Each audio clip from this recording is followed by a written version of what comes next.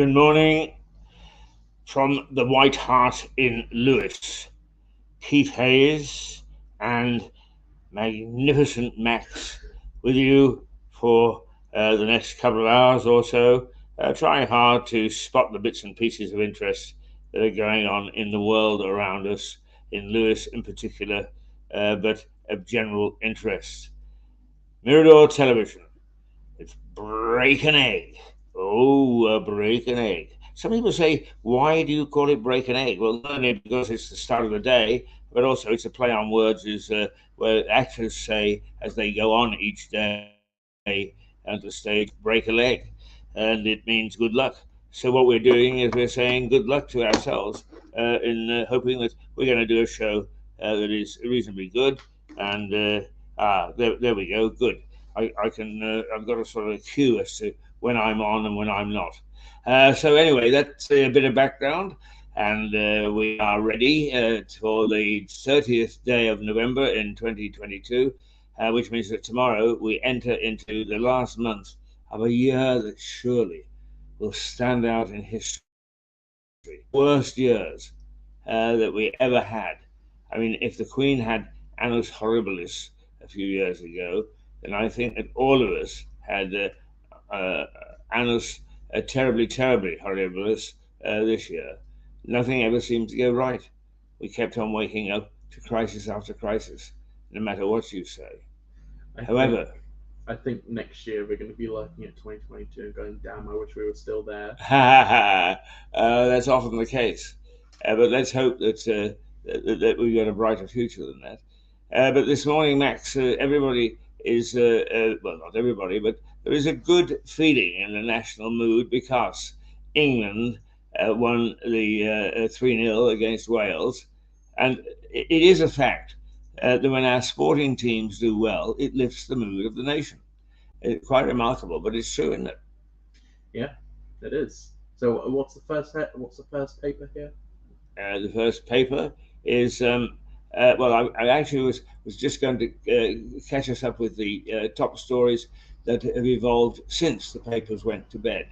As we point out, is really we are not a news operation in the sense that we can bring you news as it happens. That's why we look at the papers first, because it's an analysis that we're able to do of the sort of major stories that are happening. However, we are aware that most newspapers put their issues to bed, their copies to bed at about midnight, and that's 8 hours ago. And in the fast-paced, moving world that we're in, is things do catch up with us. So, just one or two headlines that since the papers have been sent out, distributed, is in the clashes in Shanghai as protesters over zero COVID policy grip China. And apparently, everybody's getting a bit concerned because the Chinese authorities are really cracking down. And his dissent in China is fine.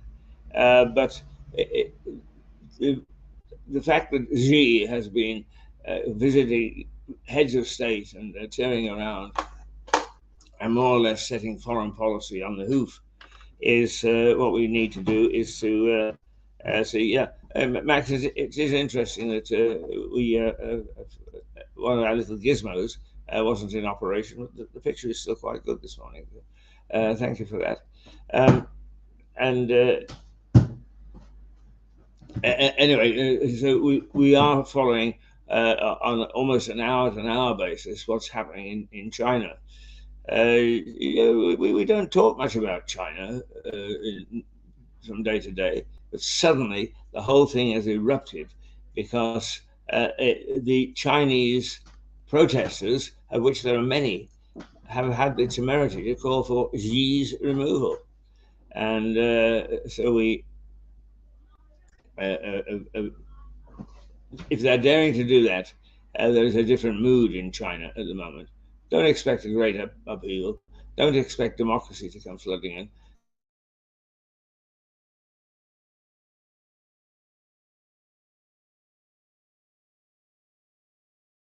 expect the but nonetheless, there is a change in the attitude of Chinese people to what's happening in the world, and that's got to be interesting for us all. Um, apparently the Chinese ambassador to the United Kingdom was ordered into the Foreign Office yesterday to meet the Prime Minister, or possibly, what's the name of the lady in charge of the Foreign Office now?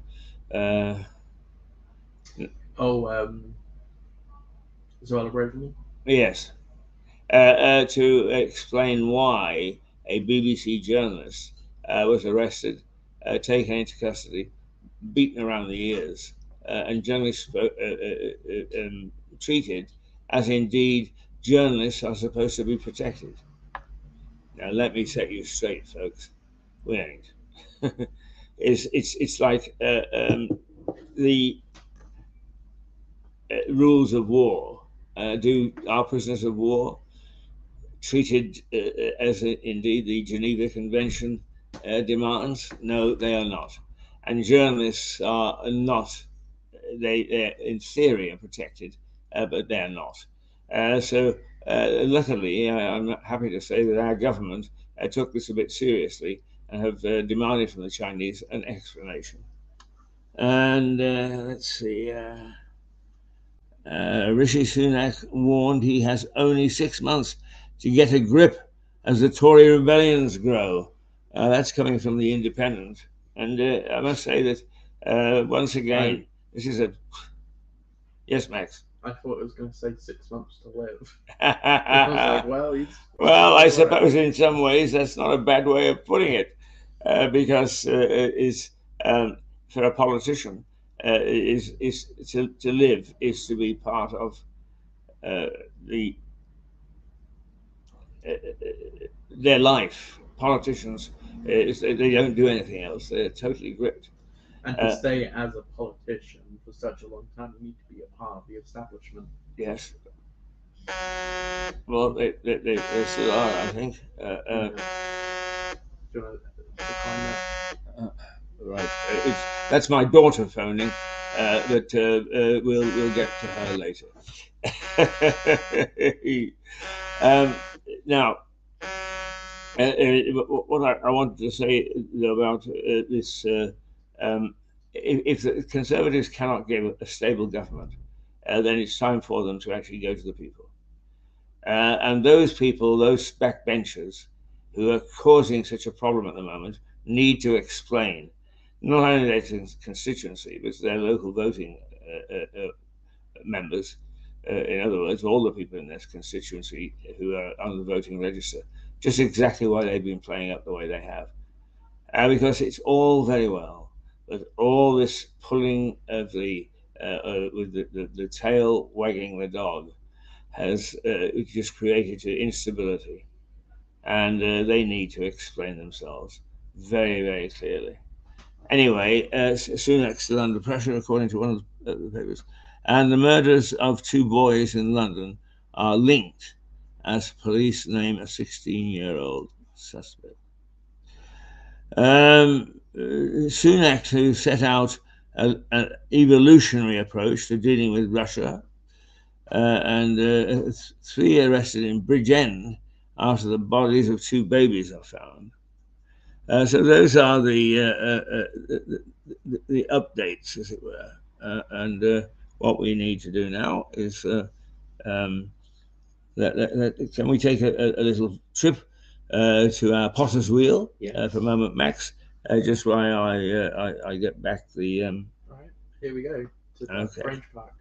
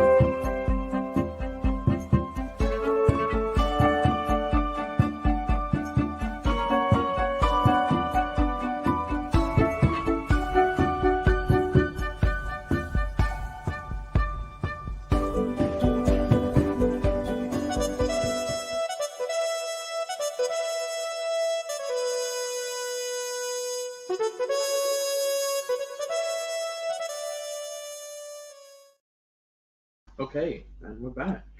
Uh, Should we? right, Are we going into the main we're papers? going to the main papers now, the front pages.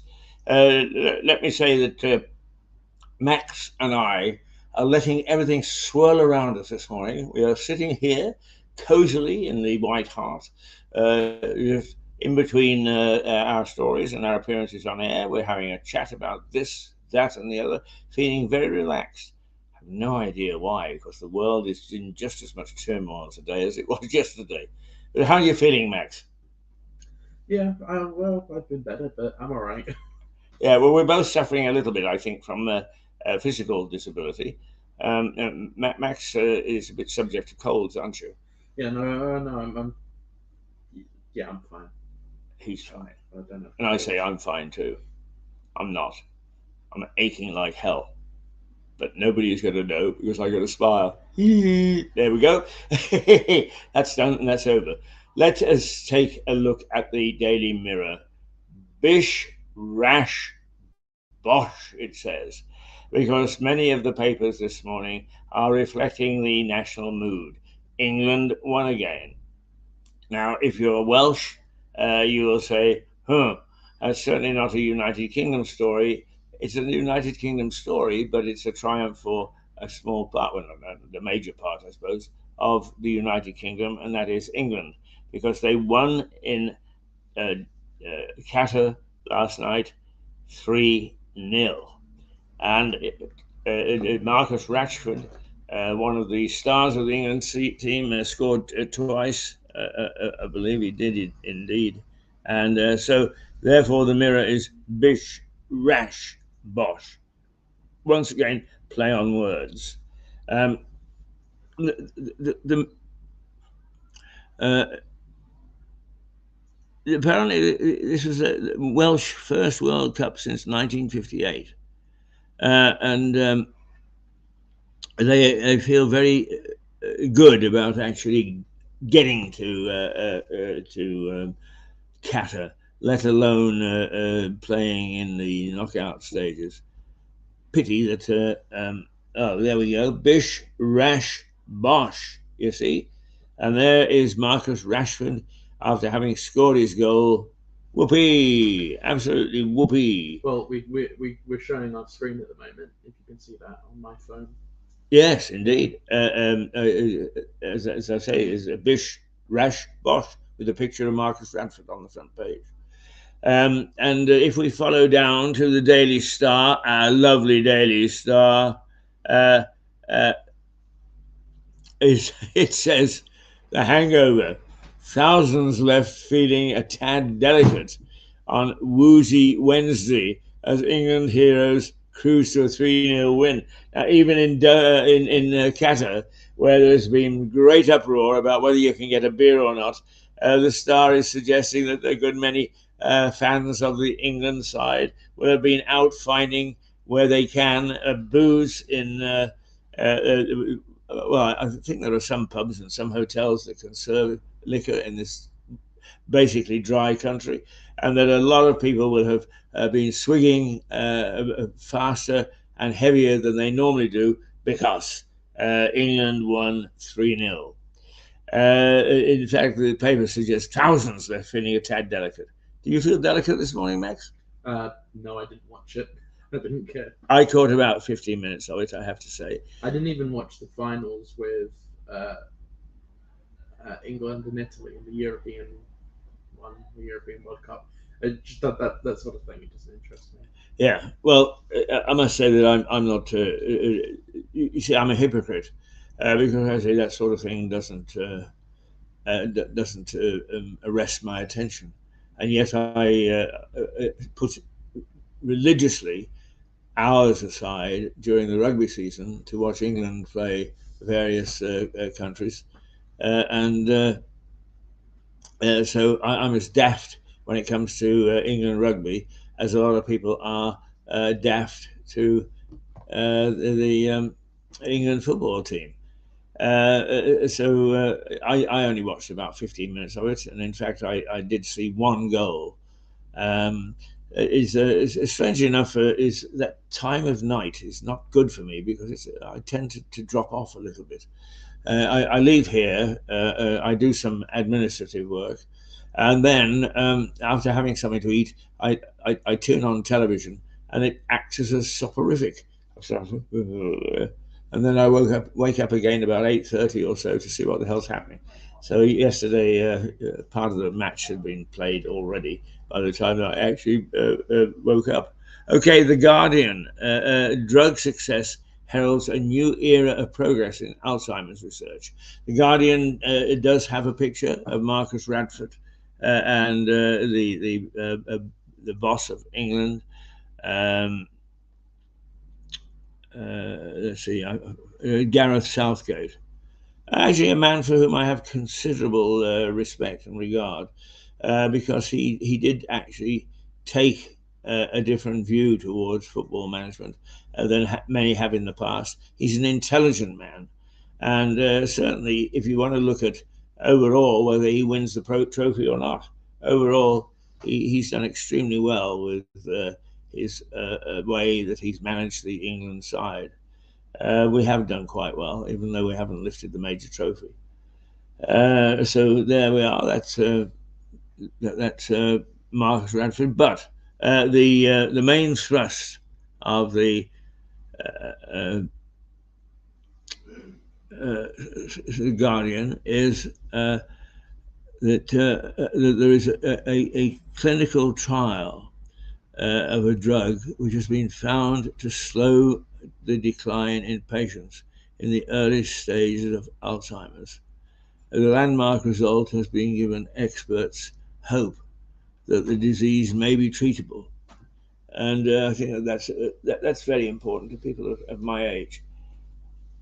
I suspect that my little immediate loss of memory, for instance, if I say my good colleague, and then I forget Max's name, that's dreadful, isn't it? But I don't think it's dementia, it's just simply old age, and that I can't reverse, particularly since I had a birthday yesterday. Oh, no, when was my birthday? It was Monday. I had my birthday. But this little devil sitting across from me is he went and organised all our good friends at the hotel. We had a little party, and it was a super party. We had a cake and candles, and I blew them out. And Stuart and his wife were here, and Max was there, and Jane, and actually even Cliff, the owner of the hotel, turned up. We had Shannon and one or two other people who saw what was happening and decided that they wanted to be part of the party. And it was a lovely little party right in the front lounge of the hotel. So other people sitting around there were able to see, like as you do in restaurants. You know, when somebody in a restaurant has a birthday and the restaurant has been primed, and they come in with a cake and put it in front of them and so on. Well, it was a bit like that. So everybody else was very aware of what the hell was happening. And why did I tell you I had a birthday yesterday? Because of dementia and the fact that with age you do start to forget stuff. But it always then acts as an insurance to somebody like me. And that is, in fact, this is the start of a disease, as opposed to just old age, is there is some hope for me. And they won't have to carry me out of here screaming and kicking, thinking that I'm in the pub or something. And so that's good news. Good news. What do you think, Max? Yeah. No, he says. Well, he would like me to forget everything. I didn't organise the whole thing, just so you know. Well, it was nice of you all to do it and to turn up for it. I mean, strangely enough, birthdays become less important to you as the older you get. But the day before, I'd received a call from my daughter, which I hadn't been able to take because I was at the hospital, and time was taken away. So I sat at home when I eventually got home, thinking, "Oh God, this is what birthdays do become when you're older. Is there's nobody to share it with?" And lo and behold, they had not forgotten, and I was able to share it with everybody here at the hotel the next day, Tuesday. And let me say, once again, I reiterate, this hotel, it may be creaking at the seams because it was built in the 1500s. It may be that there are a few things that don't work. We have problems with the internet. We have problems with the walls being so thick. But generally speaking, the staff here are some of the best that I have ever known in terms of being a hotel. I come in here at get here at 7 o'clock each morning, and Jane and Shannon, who share the duties of being on deck, looking after the hotel at that hour of the morning, make me feel so welcome. And they try hard to get the fire going, so it's lovely and warm and jolly. And they have a little bit of a joke with me. They have a little bit of a laugh, but also, God bless them, they bring out the equipment that we need to broadcast, and there it is waiting for us. You could not ask for people better, with no axe to grind whatsoever, better at looking after us. They look after you that way too, Max, when you're here, don't they? Yeah, they do. Right. They really are very, very good. Yeah, Yeah. marvelous. And not only that, yesterday there must have been a dozen or so people in the hotel, and they got equal treatment. They were well looked after, and whether they were ordering a gin and tonic or whether they were ordering a cafe latte, it came in the same kind, courteous way that they treat us. Good place to have your coffee. Oh, I'm nothing against Cafe Nero and Costa. I don't particularly care for, um, but to come here is a very civilized way of starting your day or having a nice mid-morning coffee. Try it. Give it a try. The Times, and it follows up on that. Dementia drug slows the decline, and I'm happy to say that it's a story which has not escaped some of the major media. The Express, what are they saying? Well, they've got a big picture of I think it's Marcus Rashford with his hand in the air, celebrating his Are you 70 looking goal. at the Times or the Daily Express? I'm looking at the Express at the moment. Yeah, did I say the Times? No, I think we skipped the Times by accident. Yeah. No, the Daily Express. That's right. Uh, Less than half of the population is Christian. So, although the picture is a football, the Express, is it the Express? Yes, leads with less than half of the population is Christian. But you know, the funny thing is that Christianity has a very checkered history, and some people, experts, maintain that in 100 AD, that there were probably less than 400 Christians in the world, and that it grew from that, which makes it all the more remarkable that this preacher and but the Roman authorities only saw him as a preacher. Is in fact, if anything, they saw him as a dissident. Percentage of Christians in the United Kingdom. Right. I'm pretty sure it's not just less than 50, but a lot lower. Right. Okay. Well, let's see. Okay, it says 46%, 46%. Okay. but I doubt 46% of English-born people actually go to church. No, the church populations are very low. The funny thing is, you know, Max, I've often said, because I know that you do actually cast your eyes to the heavens once in a while, you are a believer that we're not alone in this world, in this galaxy, in this universe, and that one day somebody from some other planet can turn up. I mean, you have a strong feeling about that, don't you? Yeah. Yeah. And actually, I am quite convinced from all the detail and the research that's done and the data that's presented that Max is right. Well, when that will happen, I don't know, but it could be. When we have it confirmed that we are not alone in the universe, the churches will actually they'll be full. And why would I say that? Because in many ways, we had the same sort of drifting away from the church in the 1930s. 1930s was a playboy, playgirl era in which parties and all sorts of interesting things for the population were going on. And then Hitler appeared on the White Cliffs of France, facing the White Cliffs of Dover, saying, "Right, okay, I'm coming to get you." And the churches immediately filled up. You couldn't get a seat in church. No, sure, I understand why that happened, but I think it would be the complete opposite if aliens came here, right? Because aliens come from outer space. Well, then God isn't real if that is true. It just doesn't make sense. I think people would be running from the churches.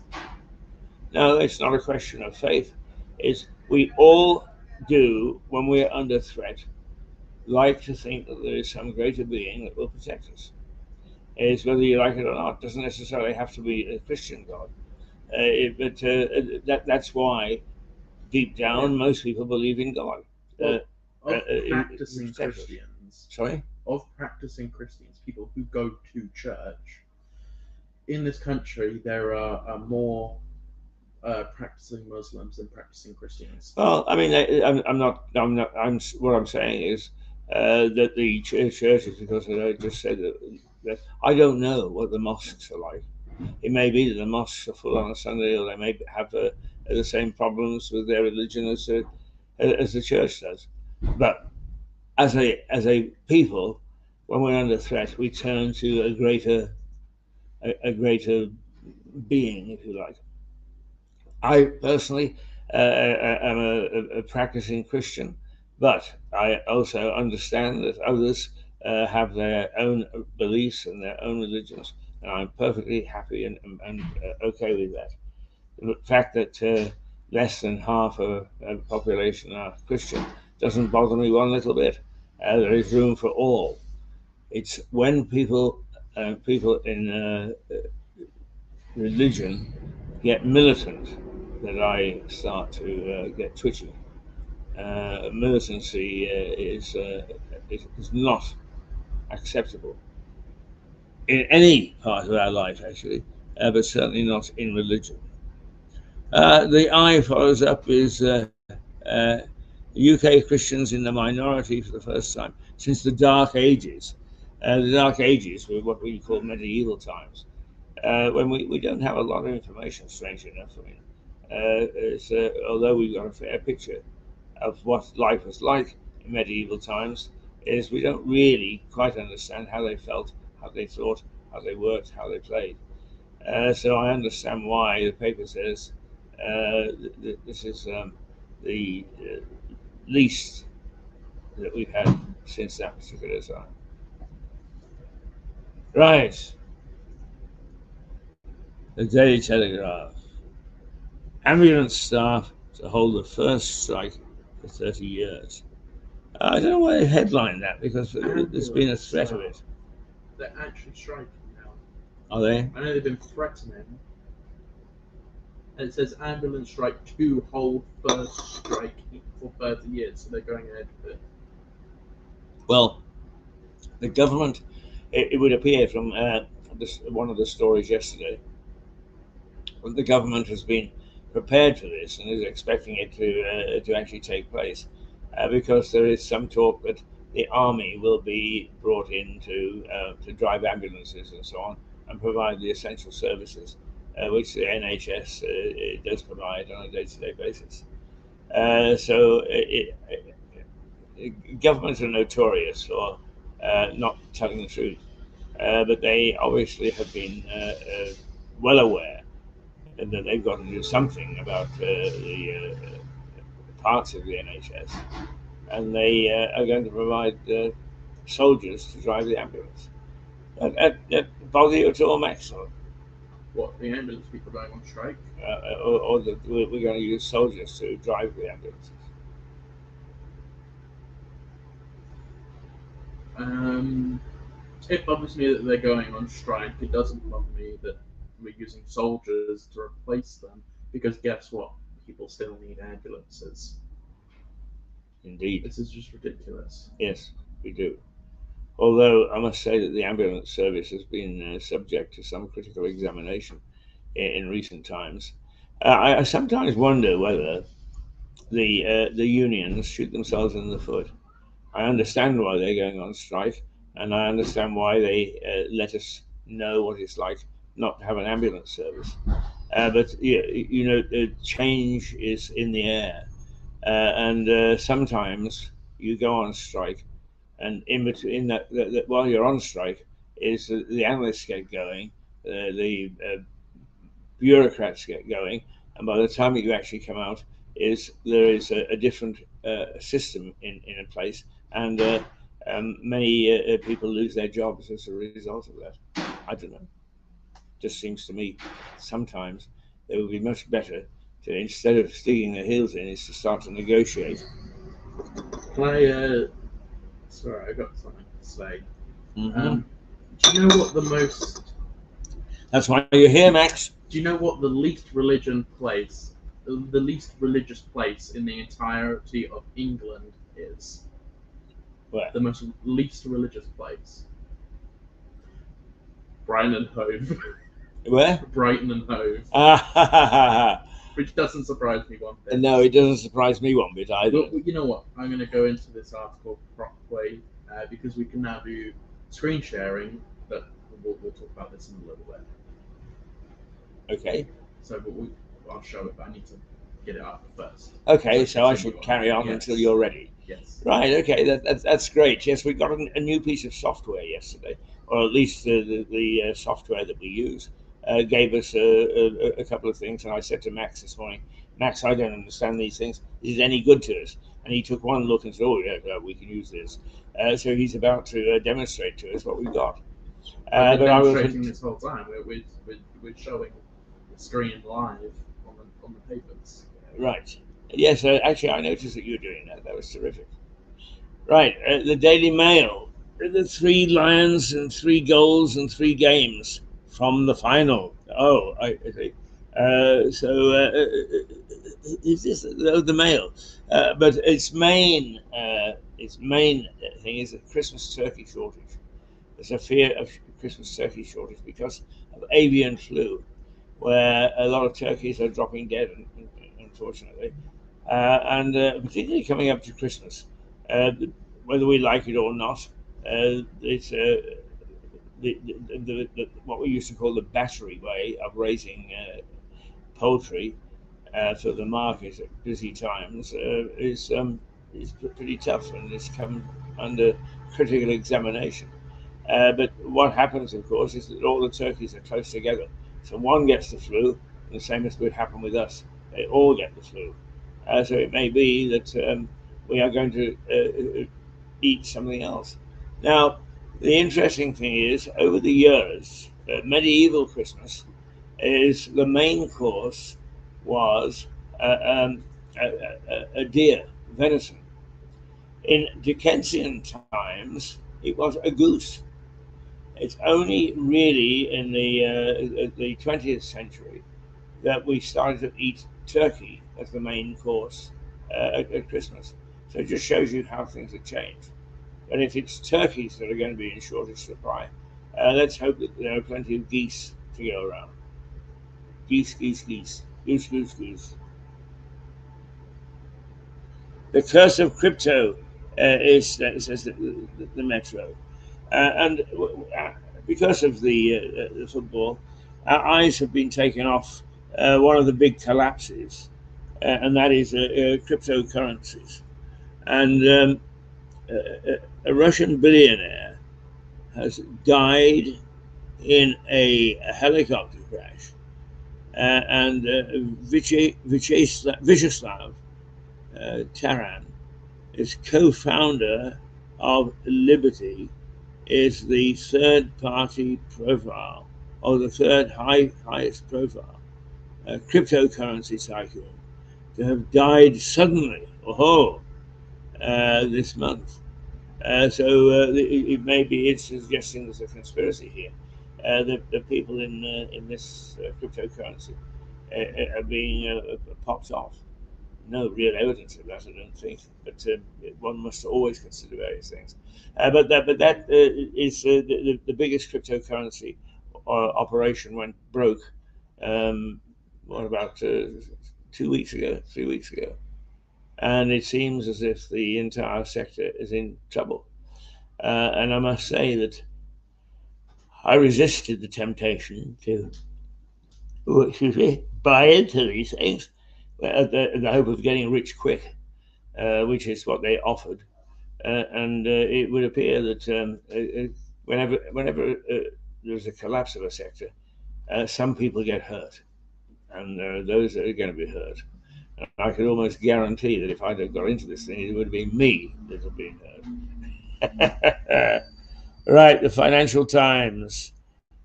Banks are set for release from ring fencing rules in a drive to free competitive spirit. I think that's mainly is that um, uh, the Britain is set to relax the rules on ring fencing banks.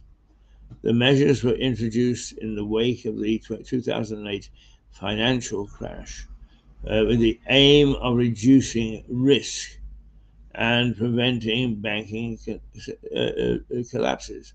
The paper says it marks the long promised liberalisation of post Brexit financial services rules. What it means is the banks are going to have to become more competitive. Is that means that they're going to knock on Max's door and say, "Well, we offered you 5%, but today we're going to give you 6%." I doubt it. But nonetheless, the banks were protected from some market forces, and for them to actually have to face market forces means that they are going to have to please their customers rather more than they are at the moment. So I hope that that's a good move. I hope that it will set the banks to some extent on the path of righteousness. The path of righteousness. Believe me, I have it in for the banks. I really do. And unless they actually get cracking, instead of awarding themselves huge salaries, patting themselves on the back, then rooty toot toot. They are not my favorite sector. Shall we go to the park for a minute? Yes, I think we should. All right, here we go.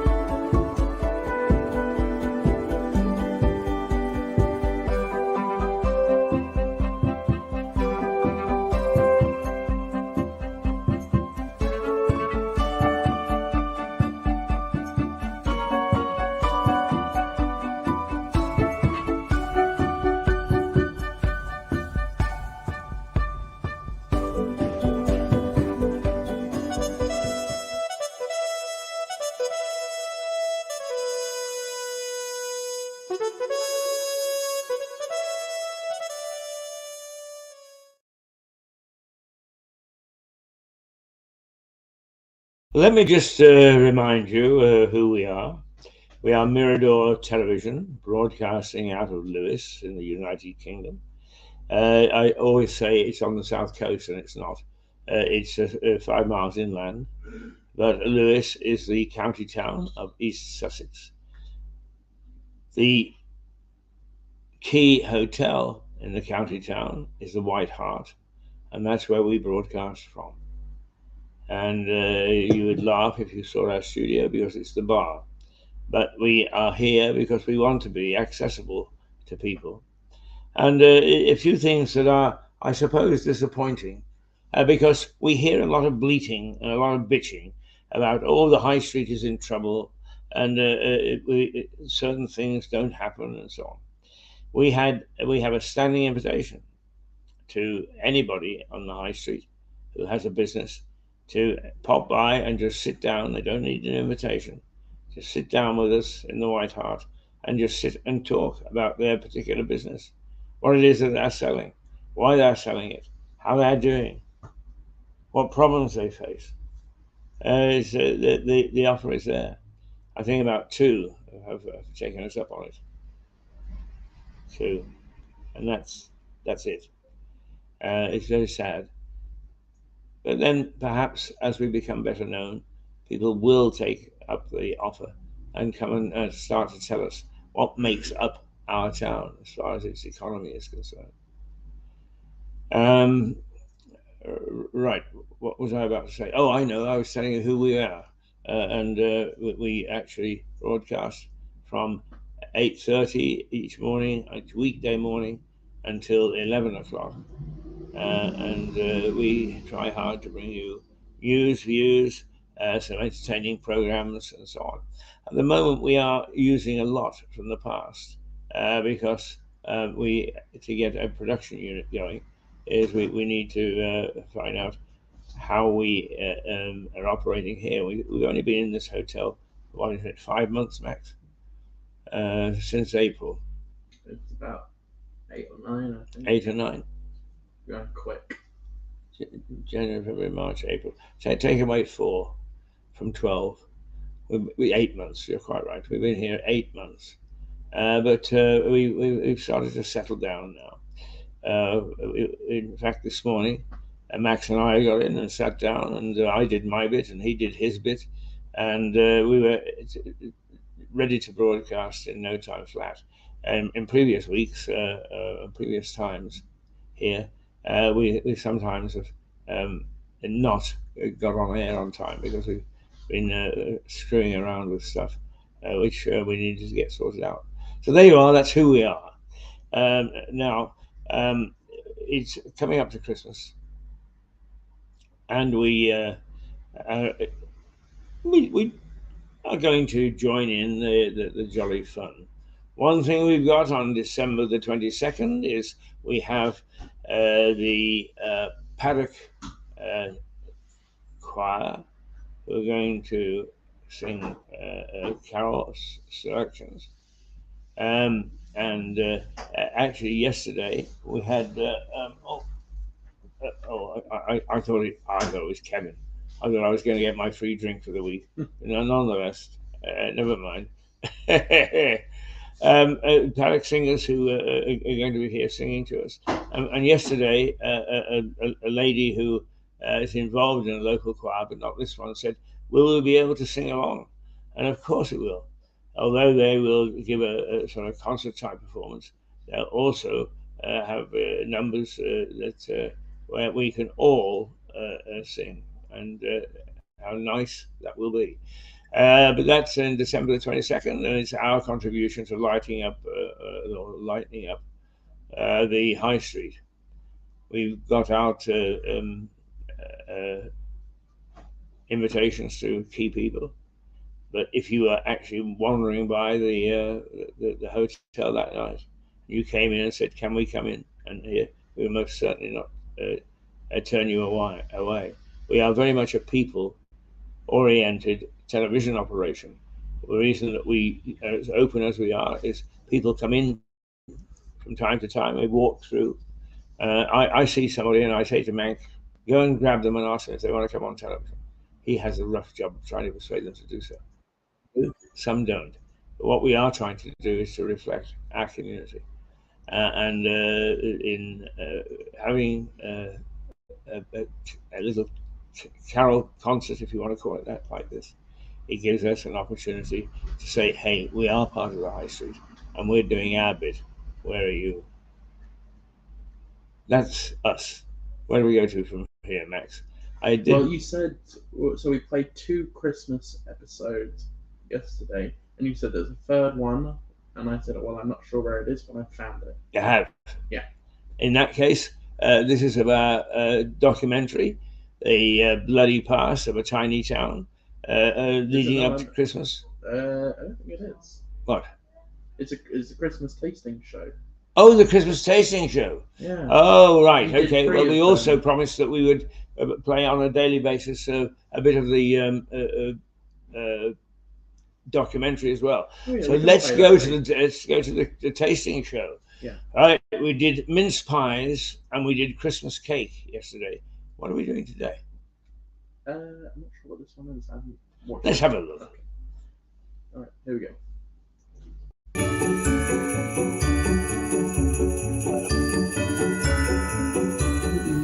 Well, we've got a panel of three expert tasters, a mayor, a broadcaster, and a salesperson. And now it's Stollen, I think that's the correct pronunciation, which are sort of little tidbits, and they come from Germany. Oh, very tasty they are. But what are the panel going to make of them? Tesco, Stollen bites. Sweet marzipan filling made with raisins, dipped in almond syrup and dusted with powdered sugar. No alcohol, I don't think. But anyway, that's number one that they're going to taste. Number two, from Aldi. A nice little package, actually, and there you are. You can see what a Stollen is all about. A marzipan. What has it got into it? Mixed citrus peel and a delicious marzipan centre with juicy raisins. Once again, no alcohol. Never mind. I suppose that I don't mind missing this tasting. And here we go with the third one from Waitrose. 12 stolen bites. Stolen. It always reminds me of how when you're on a diet you steal things. Right? Made with vine fruits, glacé cherries and marzipan. Finished with rum, butter and a sweet dusting. At long last we got around to a little bit of rum anyway. So those are the three Stollen bites. Hi, welcome back again. John Lamb here. I'm on my, I was going to say final lap, but perhaps that should be final course.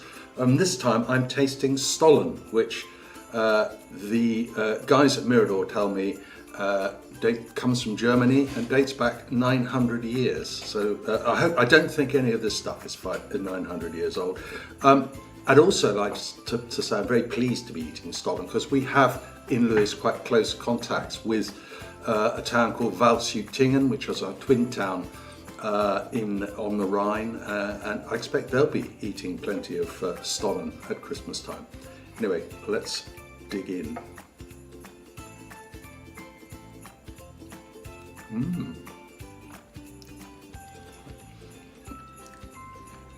Well, that one was a bit bland, I'd say. Not a great amount of taste, but sweet. I'm told that the dusting on top is meant to imitate snow, so very festive. Now let's go to the second one.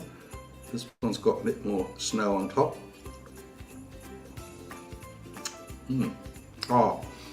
Yeah, more flavour coming through. I think I'm channeling Paul Hollywood now. No soggy bottoms. I have another quick bite. Yeah, the fruit I thought was nice in that one. And the third one looks a bit more solid than the others. Bit dry, that one I'd say. Certainly hasn't got the same flavour as the last one I had. But I'd be happy to eat any of those. Okay, well, I think in first place I'm going to go with this one in the middle. Second place is this one on the green saucer, and the dry one on the sort of Ferrari sauce, I think, is in third place. Thank you. Okay, thank you. Your first place was from Waitrose. Ah. And your second place was from Tesco's. And your last place is from Aldi. All right.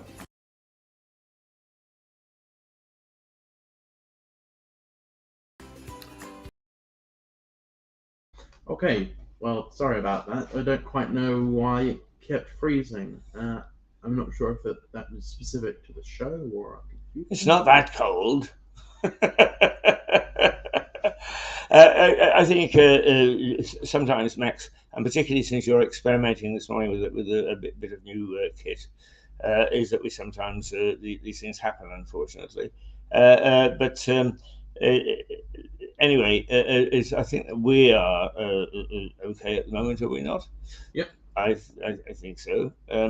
And I mean, we don't seem to be frozen. no, we're not frozen. We are warm creatures. Max and I are very warm creatures. All right. We'll Well, be a warm atmosphere to you. that's unfortunate that we couldn't play the Christmas show. Is that if we go into the census data that I wanted to show? Because we got the screen sharing thing. there. Indeed, we can, yeah. All right. So you'll be able to see it on your iPad as well, but a bit delayed. Right. Just pull this up. Chrome tab. Here we go. Okay, so this is a Guardian article. We've got the title here. Census 2021 charts Christianity is now a minority religion in England. I butchered that headline. Let me repeat that. Census 21 charts Christianity is now a minority religion in England and Wales. So if we scroll down here a bit, we have a map of some of the most, some of the least religious places in the country. Let me zoom out a bit here so you can see the full thing. More than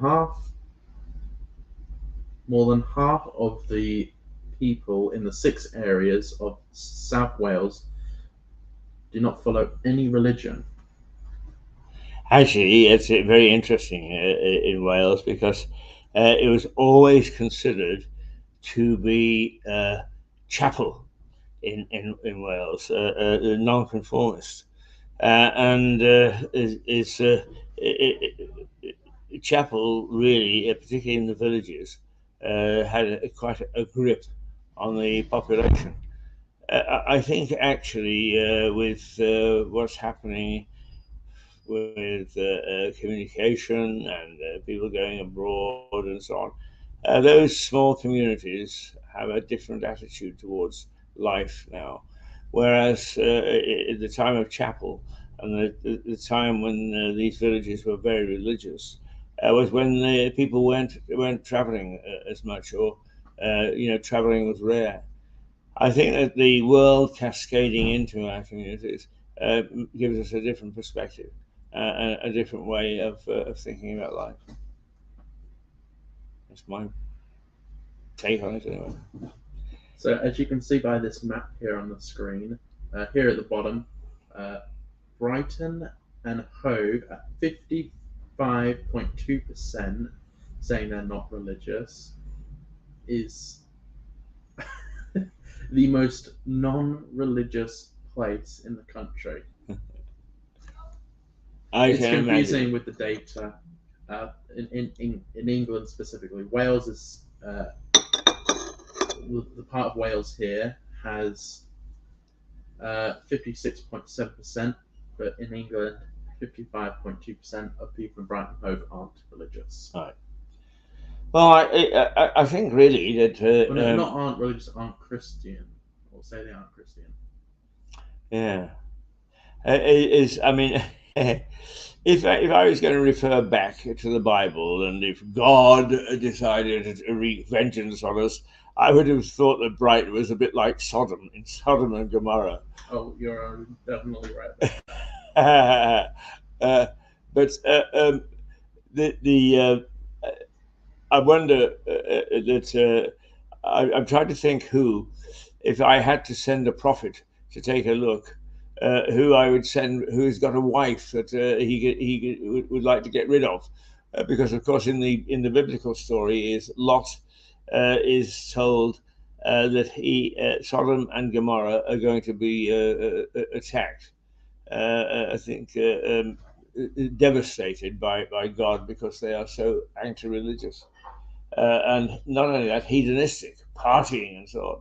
So I think that probably Brighton would be one of my places that I would be sending Lot to say, hey, give me a report back, and that if in fact they they are as bad as it appears, then what I'll do is I'll devastate them. But You know don't what? you worry, Lot. You can get away with your wife and so on, but she mustn't look back. And if you remember the biblical story, is Lot's wife couldn't resist it. She couldn't resist to see what was happening to Sodom and Gomorrah, and she turned around and was turned into a pillar of salt. I love this story. So you know what- watch you know out, what Brighton- Brightonians. You know what Brighton needs to be sent? Some missionaries. Aha. Out of the top big 6 religions, besides the top big 6 ones, the next biggest religion is actually pagan at 73,700. Well, it's difficult to know. You see, the definition of pagan, when Britain was pagan before Christianity arrived with the Romans, was anybody who actually wasn't Christian. Since then, I think it's become a sort of a specific sect, if you like, or a specific group of people who are pagan. Are they talking about an organized paganism, or are they just simply taking the definition that these are people that say they're not Christian? I don't know. Well, we have some more statistics here from The Guardian, not about religion, but the population of Leicester, Luton, and Birmingham are now greater than 50% of BAME people. BAME is a new term, a new terminology you have to use, or else. BAME stands for Black and Ethnic Minorities. Hmm. Oh, no, sorry, Black Minority Ethnic. That's what it stands for. Right. And what's the statistic again? So 69. So it's based on percentage of black and brown people in the UK. Right. London is the most diverse place in the country, being at specifically Newham is 69.2% black and ethnic minority. Mm-hmm. And so London is, as a whole, is majority not an English city. And then Leicester, 59.1% black and ethnic minority. Luton, 54.8%, and Birmingham, 51.4%. Now, I mean, you raised an interesting point that is debated: is are all those people, if they're living here and they're living under our laws and so on, are they in fact part of Britain, which has a changing culture? The idea of a gentleman with a bowler hat and an umbrella is the epitome of an Englishman. Would somebody being now the reflection is perhaps a black person with, say, a coloured blouse? I don't know, a cultural shift there certainly has been. They have one on how people identify themselves. In 2011, how many people do you think identified themselves as English? I would have thought that there is still the concept of being English as being white. In 2011. In 2011, yeah. 35 million people describe themselves as English. Right.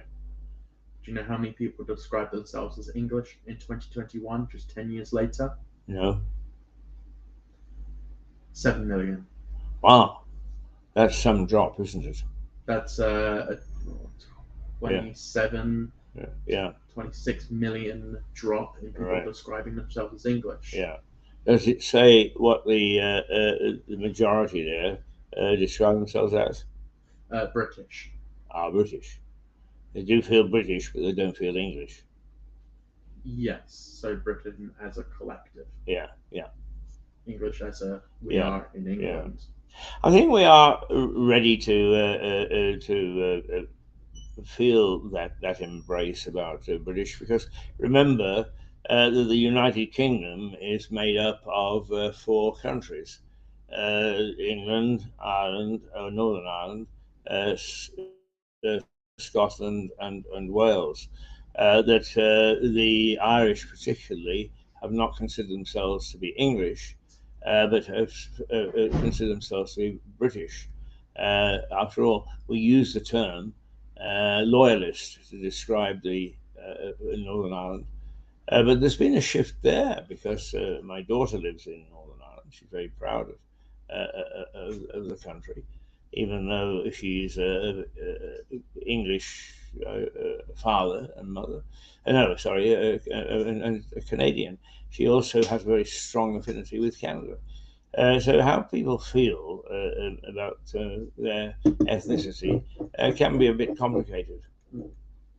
But What did she describe herself as? well, she would say that she was British, but she has a very, very strong association with Canada.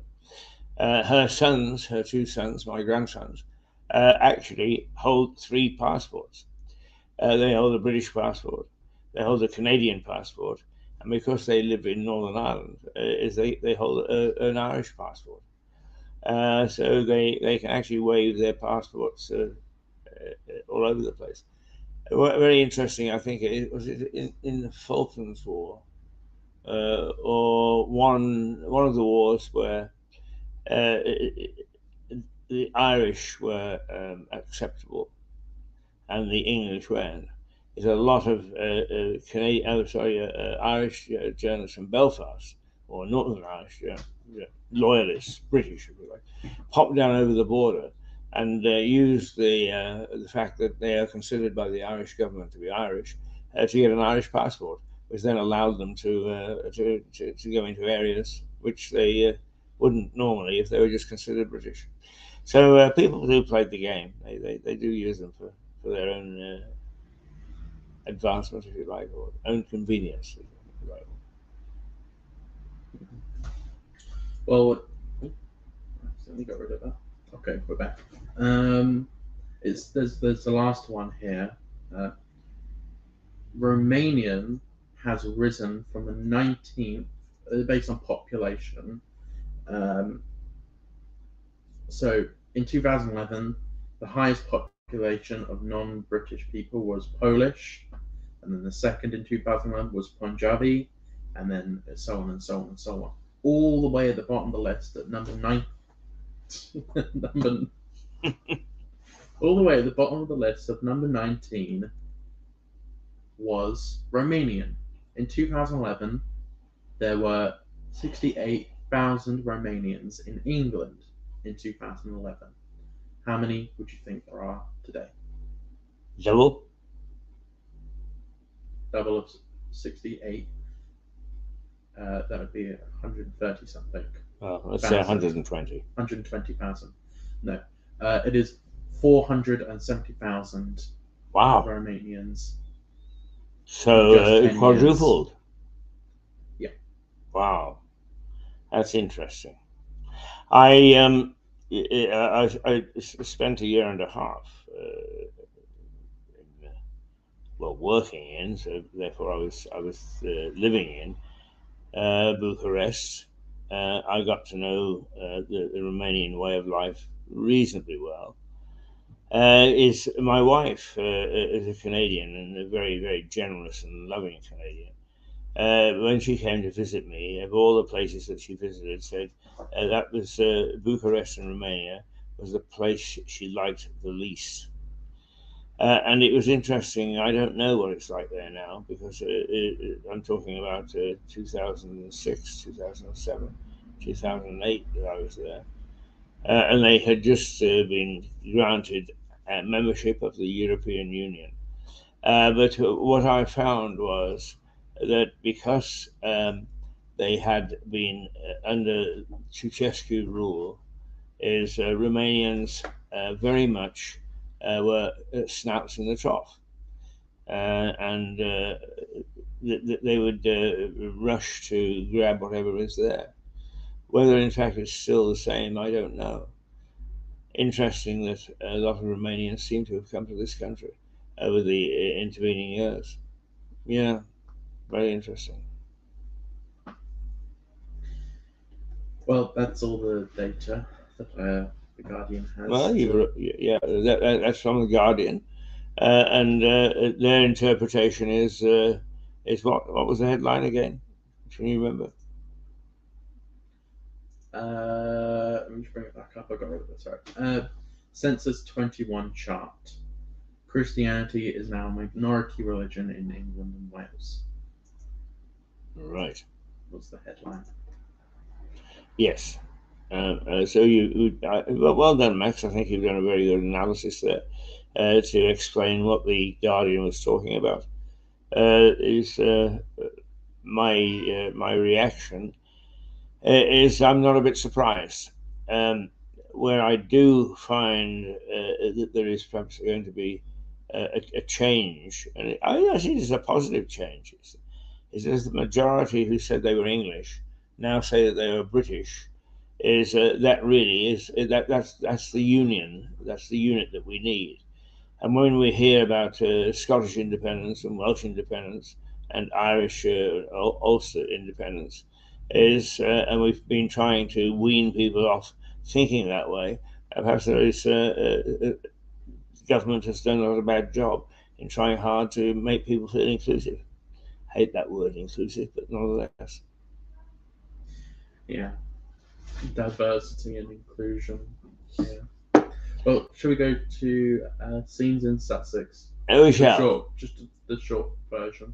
Okay, let's go to that, and then perhaps I did put one or two little Christmas fun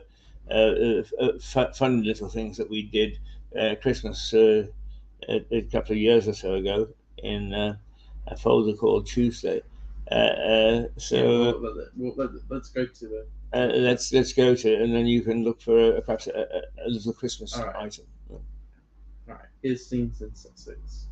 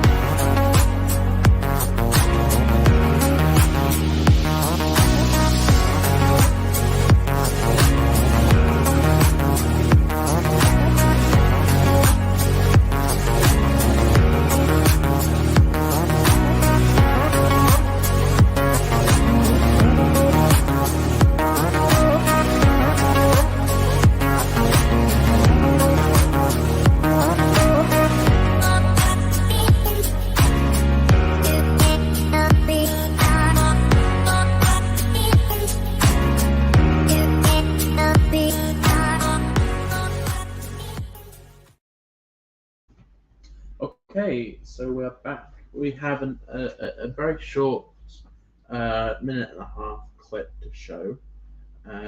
It's Christmas Tales. We did it in 2018, so it's an old Mirador clip. So it says 2018. Yeah, it was made. The figures are probably out of date. but the theme of the thing is still as vital today as it was then. Yeah, it's about the message. I don't really know what it's about. I have seen it fully, but we'll play it. All right, here we go. Oh, hang on a minute. All right, here we go.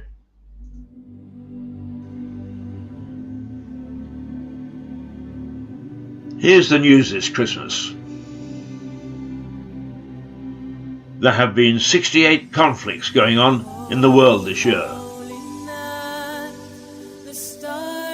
Disease has affected billions. Famine has hit 78 million.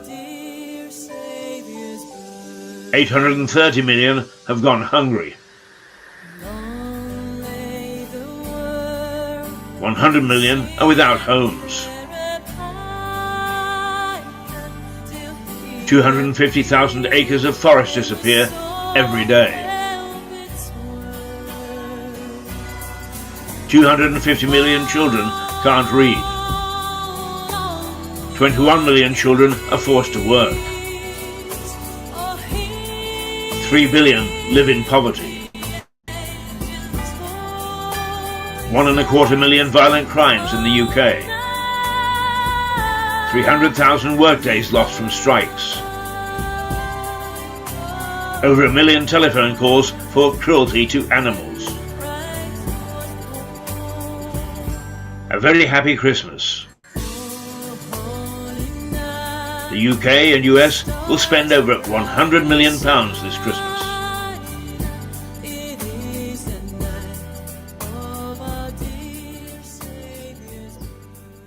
Goodbye. Yeah, we're back. I was just resting my eyes there. All right, there we go, we're back. So that's an interesting clip. Interesting figures in that. Well, it's a different take on the thing because we get so excited about what we're doing, and we talk about buying gifts and our own economic problems and so on and so forth, and we tend to forget how bad situations can be around the world, and that if we're celebrating Christmas, that other people aren't so fortunate, and that some of those people are children, and they are in a very dicey situation. And we should remember those people at Christmas. Yes, I can see on my main television screens, pay £3 for this, and £3 for that, and £3 for the other in terms of charities. And there are a lot of charities. There are a lot of charities, but there are also a lot of charities that aren't really charities. Suspect, I agree. Yeah. But that's actually, those statistics aren't so different today. And they do give us some idea of how desperate many people are in the world, and that what is happening in this globe, while we actually pat ourselves on the back and prepare to eat. Okay, I'm not denigrating the seriousness of the lack of turkeys because of turkey flu, but actually it is poor potatoes, small potatoes, compared to what's happening in the rest of the world. Yeah. I mean, this bird flu has come at a very convenient time. Christmas. The what? Sorry. This bird flu, which is at a very convenient time. Bird flu. Well, in the long run, if you sit down on Christmas Day and you haven't got turkey, you've got something else. Does it matter that much? I mean, to me, in fact, some people prefer roasted beef on Christmas Day. But to me, the important thing about Christmas is the familial feeling. But you know what I'm rabbiting on about all the time is the sense of duty. And when we sit down for a Christmas meal, and God forbid that I would be the last to say don't sit down for a Christmas meal and enjoy the family, but when we do sit down, it's to try to remember that we are privileged. Those people who can sit down are privileged because in the rest of the world, a lot of people wouldn't even know that it's Christmas because no day is different to the rest because of the very, very bad circumstances in which they live. So, there we are. things to think about. Yeah. We should remind people of the time. It's Because 9:45. it's 9:46. Absolutely. So it is. We're coming up to the witching hour of 10 o'clock. Another 15 minutes, and we will actually play you some interesting stuff. Max, while you're researching, while we're doing things, I showed on Tuesday, I think, and I said, yes, yesterday, I said that we would show the episodes of our documentary, The Bloody Past of a Tiny Town. So And wow. I know that I showed part one of part one. So perhaps you could find part one, and we'll show part two of it in a little while. In a little while. Yeah. I'll start trying to find it now. Good. Where do you want to go to now? Well, Where do you want to Find go? it first. Eh? I need to find it first. It'll take a while. So Yes, okay. Now you were looking at the Daily Mail, because what you do is you find interesting stories that aren't mainstream for us to have a little chat about. What have you found this morning? well, I'll pass the paper over to you. But page 5. has an Page interesting one. 5 is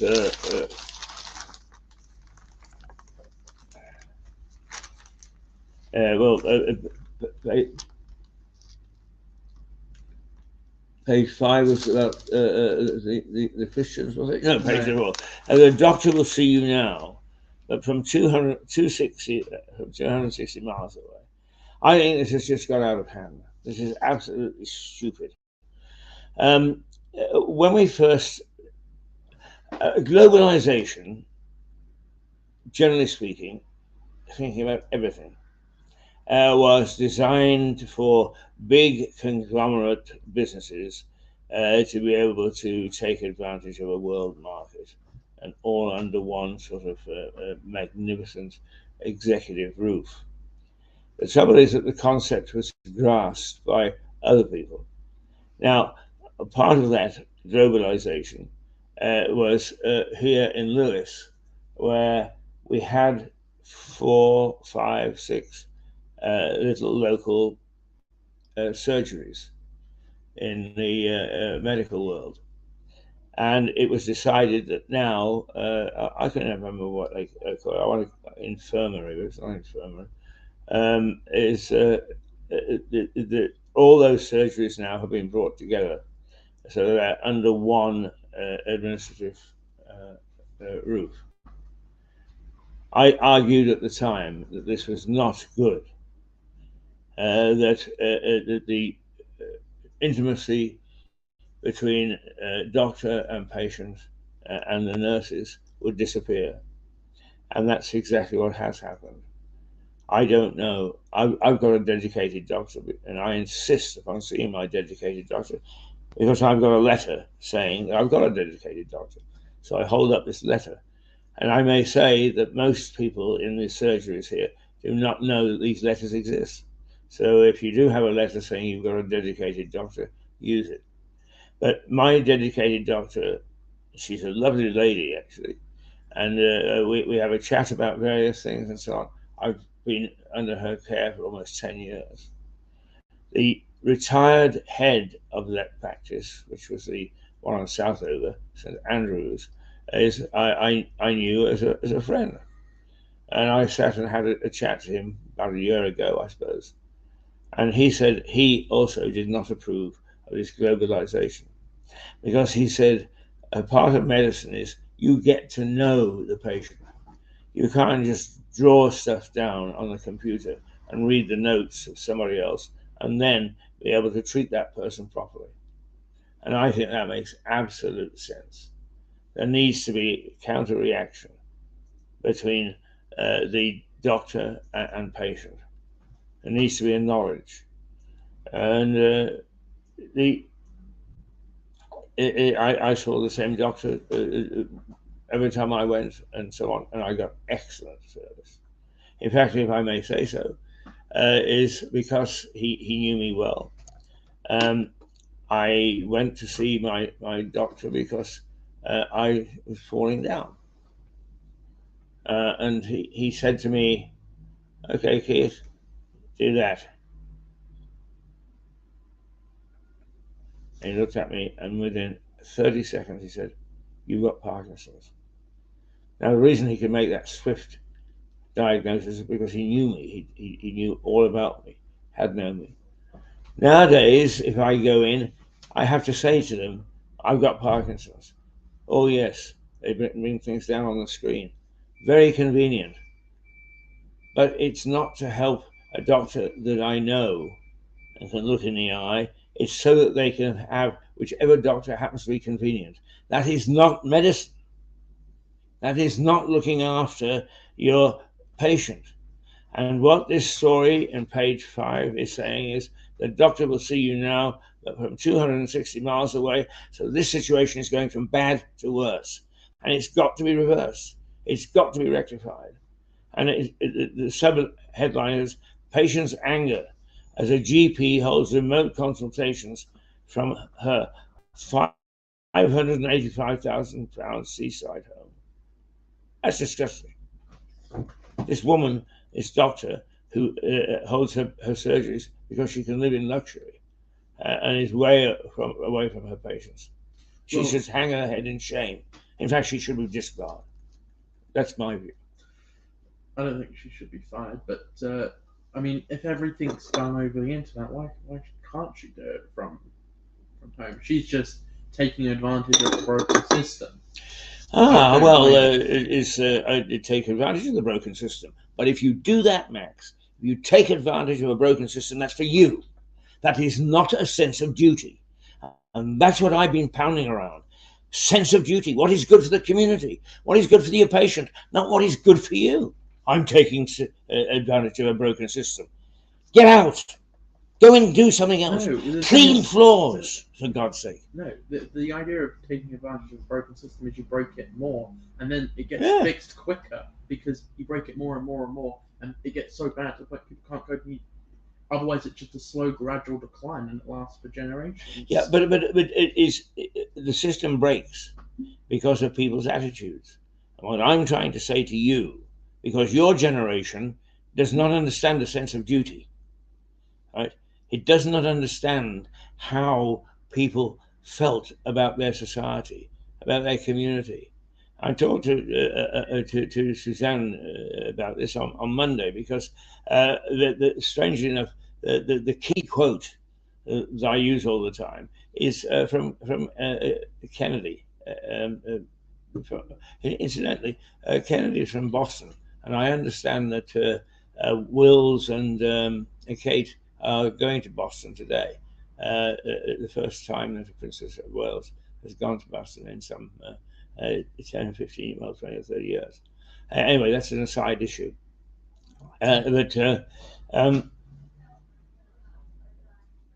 What Kennedy said was, ask not what your country can do for you, but what can you do for your country? Now, a sense of duty can get out of hand. But in the First World War, people in the villages and the towns in the UK went to the First World War, horrific, though they had no idea it was. They went to the First World War because they had a sense of duty for looking after their country, looking after their village. And actually, we had the situation where there was normally a squire in a small village, and the squire was looking after it. In the late 1800s, I've often said that I liken you to Mad Jack Fuller. Now, Mad Jack Fuller made his money out of slavery, right? He was Lewis's MP, and I always loved him because in the days of Bercow, the speaker, who was controversial and who was a pain in the bloody butt, he fell out with the Speaker and was barred from the House of Commons for 2 weeks because he called the Speaker a pipsqueak. But he was the squire of Bridhelmston, which is a village in East Sussex, a little bit east of here. And Mad Jack built follies and so on. But he also spent a lot of money on boosting Faraday's work. Faraday, very few people know who Faraday is. Faraday's cage, but they were experiments with radio electronics, which actually, those experiments meant we got something called television. And he spent a lot of money in the days when everybody thought that Faraday was mad. But he also spent money on a guy called Davy, who invented the Davy's lamp, which meant that miners could go underground and show light without fear of being blown up by igniting gases with an open flame. He paid for the first Eastbourne lifeboat. He built the first Eastbourne lighthouse. He also built a number of follies, things that apparently no use. The reason I'm building up to Mad Jack is that one of the excellent things, because the wife of a friend of mine is an expert on Mad Jack. She's written a book about Mad Jack. But one of the things that it showed is what he gave to his villagers at Christmas. And he would slaughter a couple of heifers so that the whole village could have a decent Christmas lunch. And he would actually provide everything for their Christmas lunch. And that was his sense of duty. He was privileged, but he thought that he should look after his community. We don't have that anymore. That's why this woman she's got no sense of community, no sense of duty. And what she is she's saying it is convenient for me to live in a nice big house and to try and look after by computer, where even medical people are saying you can't look after people by computer totally. And this is local. This is in Horsham.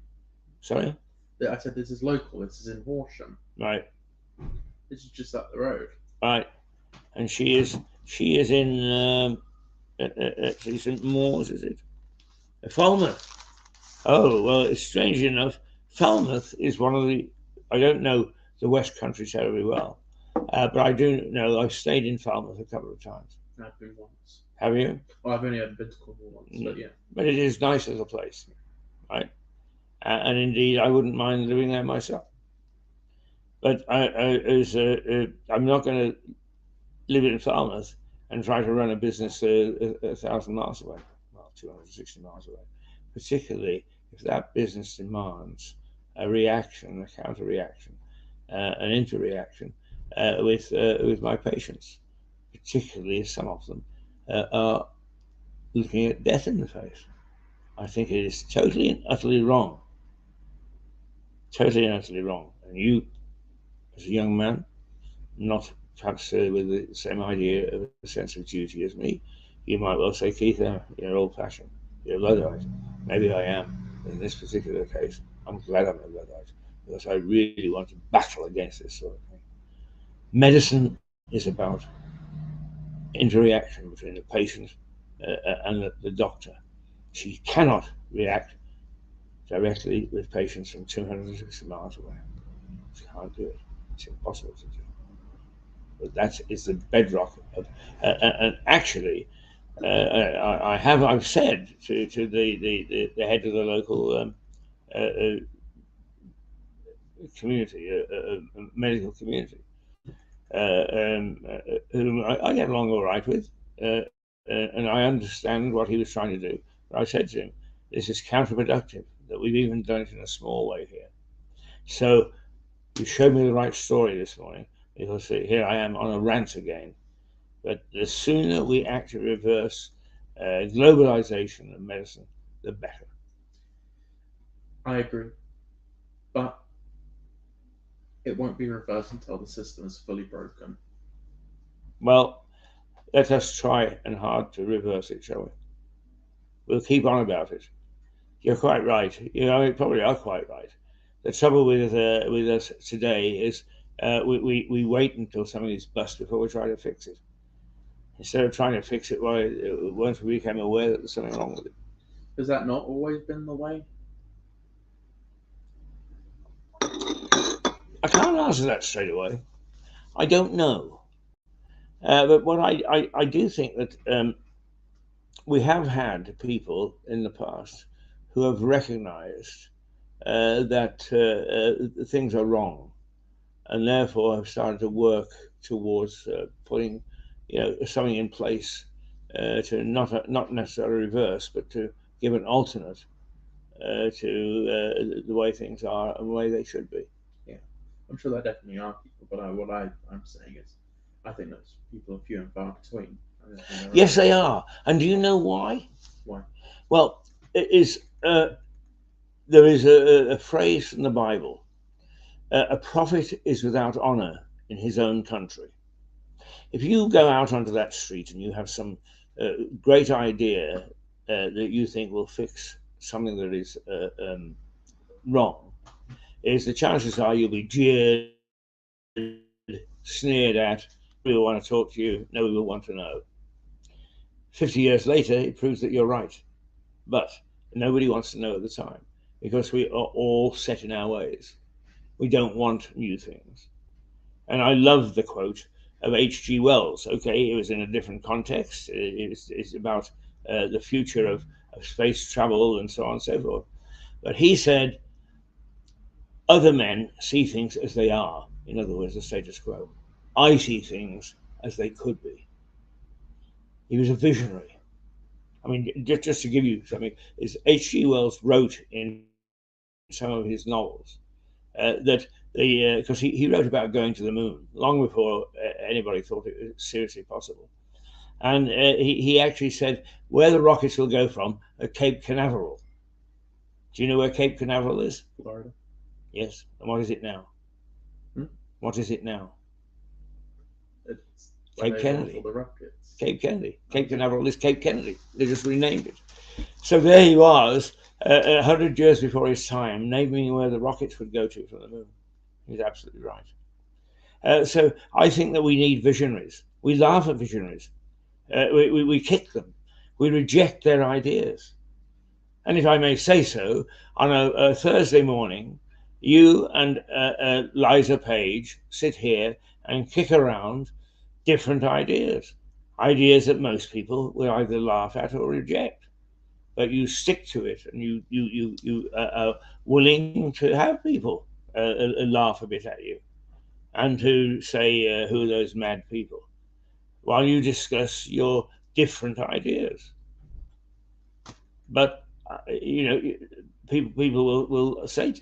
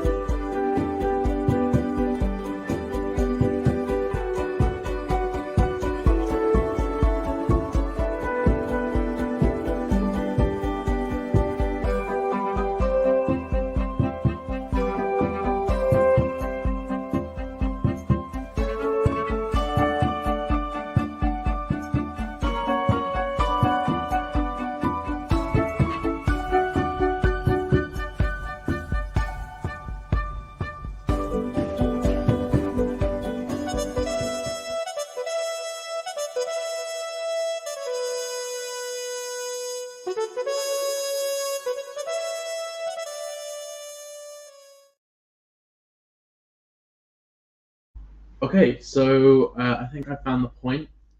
It's so we're going to play part 2 of Episode 1. episode 1.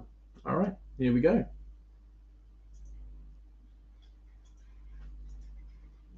Has come from Saxon times. Here, near to the High Street, that blood was shed in the name of freedom. It was match of the day, the king versus the barons. King Henry III was roundly defeated at the Battle of Lewes.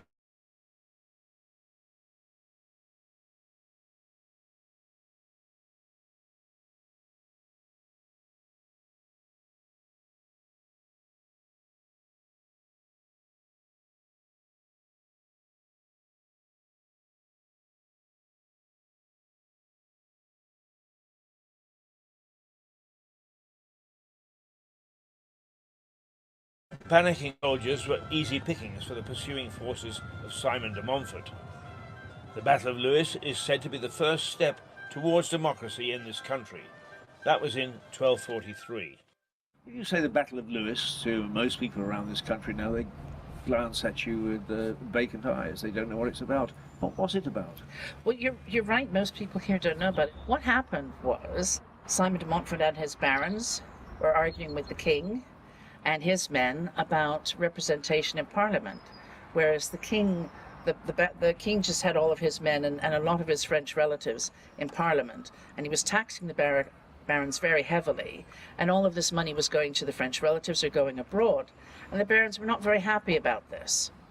So they wanted at least half of the 24 men in Parliament to be elected barons.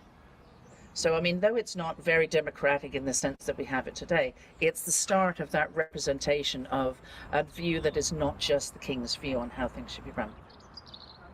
Simon de Montfort got to hear that the king was down at the Priory St Pancras, and why he was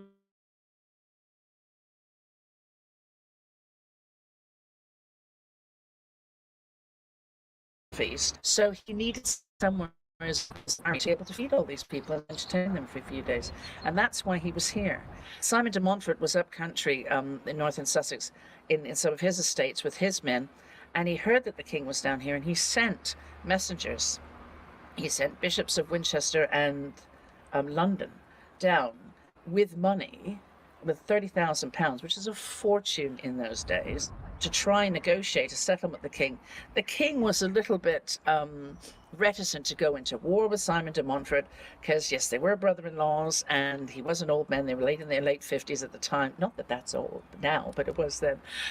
But the king's brother, Richard of Alamein, also called King of the Romans, etc., he wanted war. And, of course, Prince Edward, hothead, he definitely wanted war. So they settled, you know, the ransom money was sent back, and the envoys, the bishops, were sent back, and so it was war the next day. They negotiated the Mise of Lewes, most of which was, you know, yes, we took this castle, well, we give you it back, and you give us this, and we'll ransom this man and that man for this man and that kind of thing. But it also set down where the king would say, you know, 24 of the 24, we're going to have 12 elected barons, so that we're going to have the beginning of a parliamentary election. And Simon de Montfort made the king hand over his seals, which meant that the king had no power. So Simon de Montfort became the de facto king. It changed the king's complete and outright power. And Prince Edward then went on to, as king, ratify the clauses of the Magna Carta and the provisions of Oxford. And those began to change the king's power. And it also meant things like, if a woman died as a widow, her dowry money was hers. It didn't need to be given over to her husband's family and sons and what have you. There's a start of women's rights as well. There you go. My goodness There me. you go. The Normans did it for us. The man who gave the name to the House of Commons, and according to at least one historian, named America the United States, preached his heretical views in the town's pubs. Here we go again. Pubs in Lewes. You can't get away from them. There's a tale handed down from Crown landlord to Crown landlord that Tom Paine was barred from drinking in that bar because he harassed and harangued the regulars to the point where they wouldn't drink anymore. They were fed up with Tom preaching the rights of man. So he walked across the street to the coaching inn, the White Hart, where a more lenient landlord turned a blind eye, or, a more likely, a deaf ear to the ravings of this revolutionary. It seemed that he used to like to spend his social hours here and his active political discussion times here in volatile discussion with a group which I believe we thought was called the Headstrong Club, because it still meets today and they call it the Headstrong Club today. But I gather from a local historian that it was called the White Hart Dining Club. Oh. And Thomas Paine, up in our sheriff's room, the oak-panelled function room, basically plotted the American Revolution and for a struggle for independence, which resulted in the final Declaration of Independence, an authenticated copy of which we have in the sheriff's room, and he was credited with originating that. And in turn, he dubbed the White Hart Hotel as the cradle of American independence. He had some remarkable phrases, didn't he? I mean, according to Bill Bryson, he coined the first time the phrase the House of Commons, and also Bryson says that he coined the phrase the United States. So now the White Hart goes down in history as the cradle of independence. It's wonderful. But whoever the landlord was at the time embraced him and said, "Come on in, we love to hear you talk." certainly wasn't me. No, you're right. And yes, I think probably as any hotelier, always keen for a little bit of business, and it developed into quite an active dining club, I gather, because they had their volatile political discussions over dinner. No record of you throwing him out of the hotel? No, but I have to say that during the times that they have met here recently, we've had some very interesting volatile speakers, lots of celebrities, actors, and I remember Tony Benn's voice drilling through the sheriff's room door. It's said, I ought not say too much, but it's said that a lot of decisions are made here after the council chambers has closed. So that's interesting. Yeah, I think Lewis has embraced Thomas Paine very well. I'm very proud of him because he lived just up the road in the Bull Inn, and of course it was a very easy little trot, and even after he had imbibed, he wouldn't have far to go. So our Tom, getting nowhere at home, he worked briefly as a customs officer in this house here, married the boss's daughter in the church here, within the town's walls.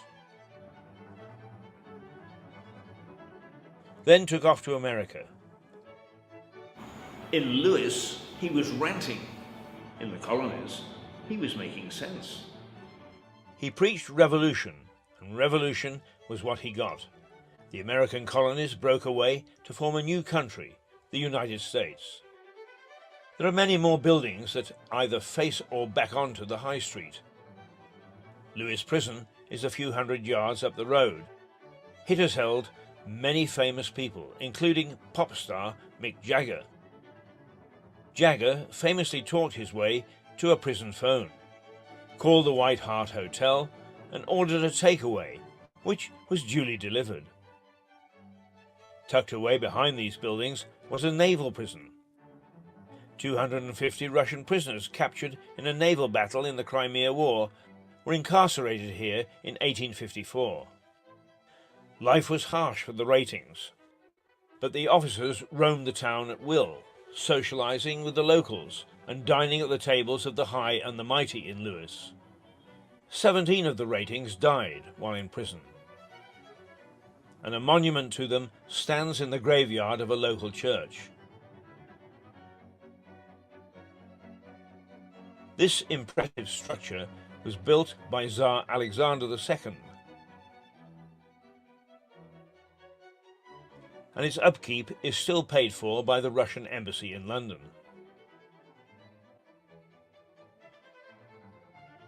There are many other events that make the High Street interesting. The days of great circuses parading their animals. The Prince Regent winning a bet, driving a coach and four down the cobbled street. It's a wonder he didn't break his neck. So today I've taken a snapshot look at Lewes High Street.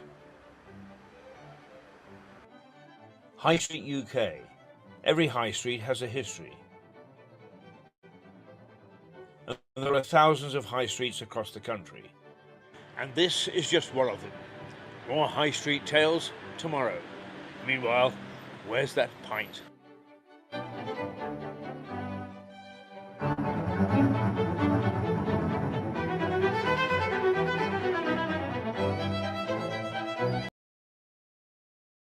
Okay, and we're back. Oh, Right. oh, Well, and your camera is frozen, so I will quickly change that. right. Actually, some people would say, "Thank God." When he starts on his rants, it's difficult to shut him up. Back. Am I back? Yeah. It's it's well, now I've got you full face on my screen, but is okay. If I was frozen, those of you who rejoice in not being able to hear what I was saying, indeed rejoice for a little while longer, because I'm back. But one of the things that I noticed is that in the inner parts of the newspaper is that a plan to turn back migrants in the Channel has been axed, and it seems that they've decided that it's unworkable. But we keep on. I personally am not against immigration as such, but you can only take in so many people before you then start to find that your infrastructure starts to collapse. Okay, infrastructure, a lot of things, but what we can say is it's like being in a campsite where there's only one toilet, and you've got 500 people who all have got to use that toilet. Is our infrastructure sources, our medical resources for a start, but roads and buses and all those things that we take for granted as being sufficient for our population come under stress. Yeah. So immigration has got to be controlled. No, And no, illegal immigration has to be controlled. There's a difference between these boat people and people who are coming here for a university place. Well, no, hang on, Max. I'm not saying that there aren't legitimate reasons to come in. I challenge you to try and get into the United States. Never mind about jabs and so on. Try to get into the United States on immigration. And they are very, very fierce against people who aren't illegal. They are people who genuinely want to actually go to the United States to work or to live or whatever. You don't have wholesale because you're legitimate, because you're a nice guy, get entry. And the same thing with Canada. It's to get in there is very difficult. What I'm saying is I think to get into the United Kingdom must be difficult. So I'm not differentiating at the moment between illegal and legal. It's harder to get into this country legally than illegally. Well, it's it to some extent, yes, because it is. We're the only country really that has its open borders as much as we do. It's all the places that people would like to emigrate to are not easy to get into. United States, Canada, Australia. Australia have a point system. They look at you and they say, right, Max, here are things that we expect you to be able to fulfill if you want to come into Australia. And it's pretty damn tough. I don't think I would make it. I can't make enough contribution. I can't go back to live in Canada anymore. In fact, I had a friend, more than a friend. She was my girlfriend at university, and We eventually split up and we went our own ways, but we were always very fond of one another. And when my wife died and when her husband died, we got back together to see how we liked one another and so on, and we did. We liked one another. We didn't fall in love again, but we liked one another. And we just did investigate what it would take for me to go back to Canada, having spent 17 years there as a legal immigrant. I can't go back anymore unless I actually own a business of $500,000 or more. Well, I own a business. This was costing me. It's not making me $500,000. So you see, as a proposed legal immigrant, it is tough for me to get in there. It would be tough for you to get in there. You might, after you've got a couple of years' experience working, you might stand a much better chance. Students coming here for a limited time, I don't see that as immigration.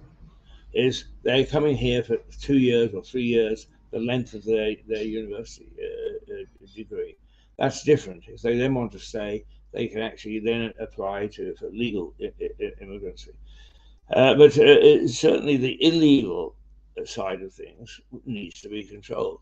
So you're right to challenge what I said, but nonetheless, I don't think it's a legitimate challenge. Let's just whatever control of numbers coming into the country has to be put into place, and we don't seem to have any. With the story here in the Daily Mail, it's a very good point. We should be turning people away. They do not, they're illegal. Come through the legal way, but you don't have any experience. You don't have any. I have a story here from GB News. I'm going to share my screen. Okay, hang on. Here we go. So this is a GB News article. Italy bans male migrants for coming ashore as new Prime Minister cracks down on immigration. She's only allowing the women and children. Because you read in The Guardian, oh, all these women and children coming over to the country on these poor boats, and then you look at the boats, it's all fighting age men. Every single time. You never see women and children. It's always men in their 20s and 30s. I think this has been a very controversial thing. A lot of very, very liberal people are very angry at this. But she's only allowing women and children. Mm-hmm. Which I can certainly be more sympathetic to.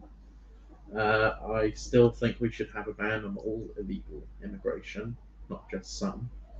But I certainly see this as a more moderate idea. Yeah, I mean, you say that a lot of liberal organisations fight these sort of things, but one of the things that I temper rule of law with pragmatism.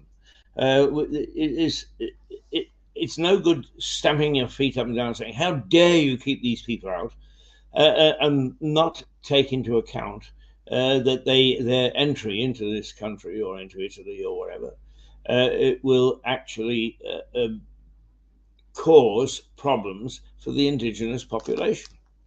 And those are the things that we have to be practical. I'm sure that when you look into the eyes of some child who would be better off coming into this country or into any European country, if you like, who is denied because of our immigration policies, it's very tough. But looking into the eyes of anybody is difficult to say no to, particularly if you're in love with them.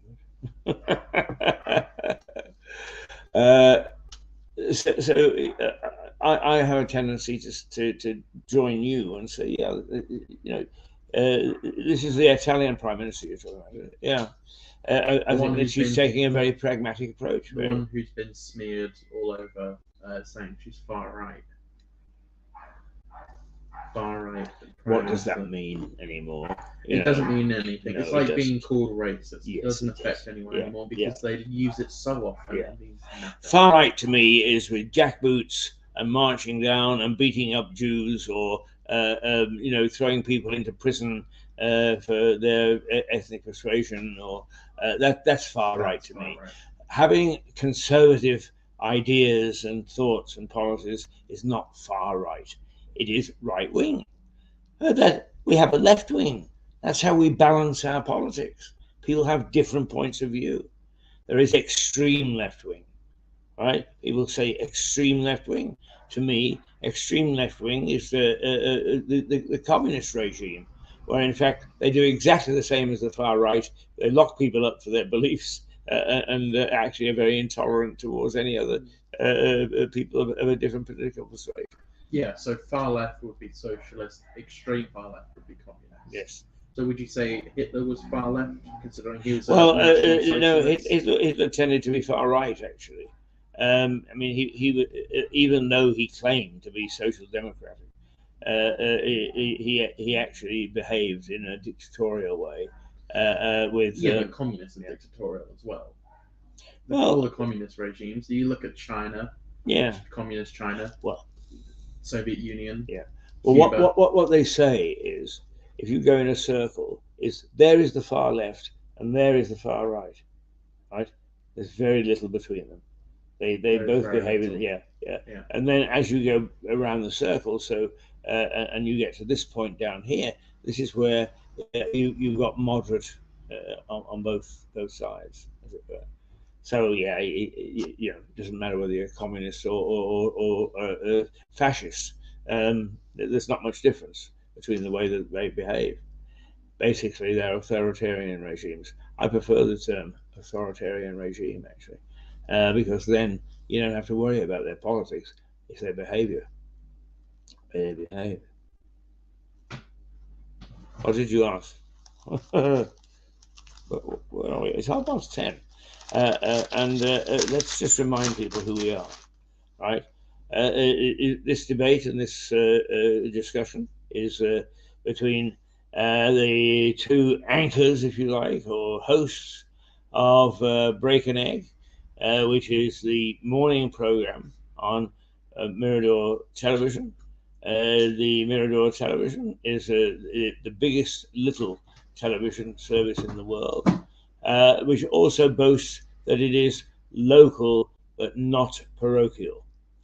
We try hard to discuss issues that will have an impact on us locally, but are not necessarily just something that's happening in the local paper shop. We like to think that we are a very broad countenance when it comes to what happens, as it will affect or impose upon local way of life. So that's who we are, Mirador Television. We broadcast out of the White Hart Hotel in Lewis, which is a 15th century coaching inn. It was built actually as a private residence, I think, by one called Thomas Pelham. Who also then built other houses, as they did in those days, and moved into them. And this one was turned into a hotel, an inn, actually, to look after travellers and to look after local people. And it's had a very, very illustrious history, not least of which is it's got itself involved in a variety of issues. 2 or 3. One, when we burned people at the stake here in Lewis, and we burned 17 of them, at least Bloody Mary, Queen Mary the first female sovereign in Britain, by the way. She burned 17 people at the stake for religious reasons. And some of them were held in the wine cellar here as being used as a dungeon before they were taken out to be burned. But secondly, across the road are the premises of a pub called the Star Inn. It is not anymore a pub. It's been turned into flats or whatever. But in its day as an inn, Tom Paine, the author of The Rights of Man, the namer of the United States, a signatory to the Declaration of Independence, and a member of Robespierre's, I think I call it Council of Seven. Perhaps I've got the number wrong, which fomented the French Revolution, actually was barred from the Star Inn because he bothered everybody at the bar with his ideas about the rights of men. So he came over here to the White Hart, and this is where he developed his theories, which had wide-reaching effects.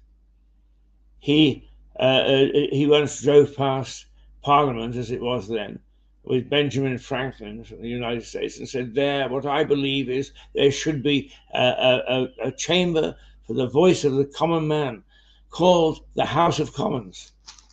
Sound familiar? That was our Tom.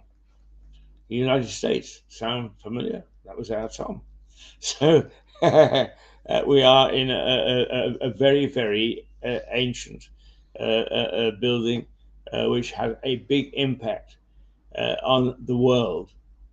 And in reverse, lots of things have come from the world, have an impact on Lewis. And that's why I say we are local, but not parochial. That was a good rant, wasn't it? I can't remember why I started that. Do you remember why I started it? No, that's okay. Neither will you. But there was a bit of information for you there about how things have developed in this town. Lewis really has been at the forefront of history ever since it was formed, and somewhere around 800 AD. It was founded, we think, by Alfred the Great, who gave it a charter for a market. And from there, it's never grown to be big, but it has had a remarkable impact and to be known and to develop not only life and liberties and so on in the United Kingdom, but elsewhere in the world. So there you are. That's where we're broadcasting from, and that's what I've got. I look outside, and I can see the Crown Court, the Assizes, as it used to be called, and many a villain has been put away there. One particularly, I think of the acid bath murderer. I think what's his name? John Christie, was it? John Reginald Christie. Yes. Yes. About 1948, I think he was hanged. But what he did was he chatted up widow ladies, as they would say in those days, widow ladies who had been left a fair amount of money by their husbands. And he chatted them up, got the money off them, and then, after murdering them, dissolved them in an acid bath on the basis that nobody, if there was no body, then they couldn't be charged with murder. The unfortunate thing is that one lady had a gallstone, which the acid would not dissolve. And that led to him being caught and sent to trial across the road. And there are a couple of things about that trial. First of all, I was told by an old Louisian that the young boys would leave school and in an afternoon and wouldn't know what to do with themselves. So they used to come along here and see what was in the court and go up into the public gallery and take a look at trials. Very educational, you may say. But for Christie, apparently they would take their bootlaces off and they would turn them into a little hangman's noose, and they would lean over the balcony and they would wave this noose to Christie, say, "You're going to be hanged, mate." a bit bizarre, but nonetheless, that's what they would do. And he paid no attention whatsoever. It was John George Haig. Haig, that's right, Haig. Sorry, He died. Christie was the man who was first caught because of being sent messages on the ship that he was trying to escape on. Yeah. John George Haig died in the August 10th, 1949. 49, he was hanged. Right. Mhm. Well, Do you remember it? yes, I do. Yeah, you would have been 10. Yeah, I remember. I remember him very well. I remember the case very well, because in those days, of course, it's national cases became a focus for people talking about them worldwide. Well, he lived in Crawley, where he committed all the crimes. It was only in Crawley, just up the road. Yes, That's where John George Haig lived. and I think actually some of the ladies he picked up in Brighton. So he's very much a local villain. But how long did it take the jury to convict him? Don't look at your notes. How long did it take? Probably about 17 minutes. You're 5 over 12. 12. It took them 12 minutes to find him guilty. But he was very phlegmatic about it. Apparently, he would sit in the dock and either do or pretend to do the Times crossword puzzle, sort of saying, don't be so silly. Nobody's going to convict me. So a famous court case over there. My favourite is and I wrote an article about this in a local magazine. Is the case of the onion pie. And the lady's name was Sarah something.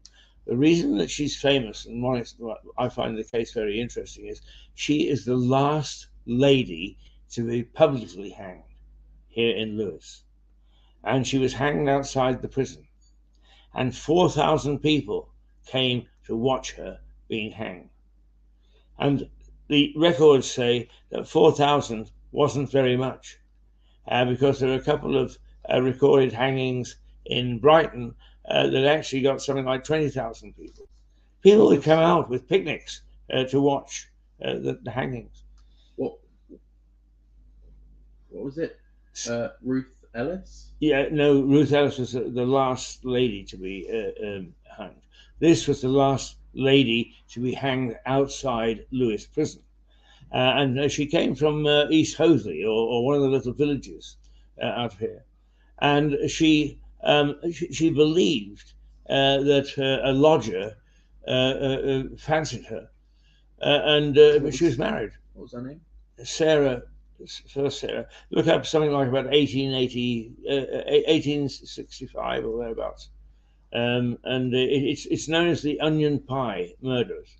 The onion pie murders. Okay. Yes, because what she did was she put arsenic in her husband's pie, and on Christmas Day she started it, and onion pie was his favourite, and she damn near got away with it because arsenic was very difficult to detect. It was only some good detective work by a local coroner that convicted her, but she was not only convicted for murdering her husband, but also she was publicly hanged in Lewes outside the prison, and of course she was tried across the road.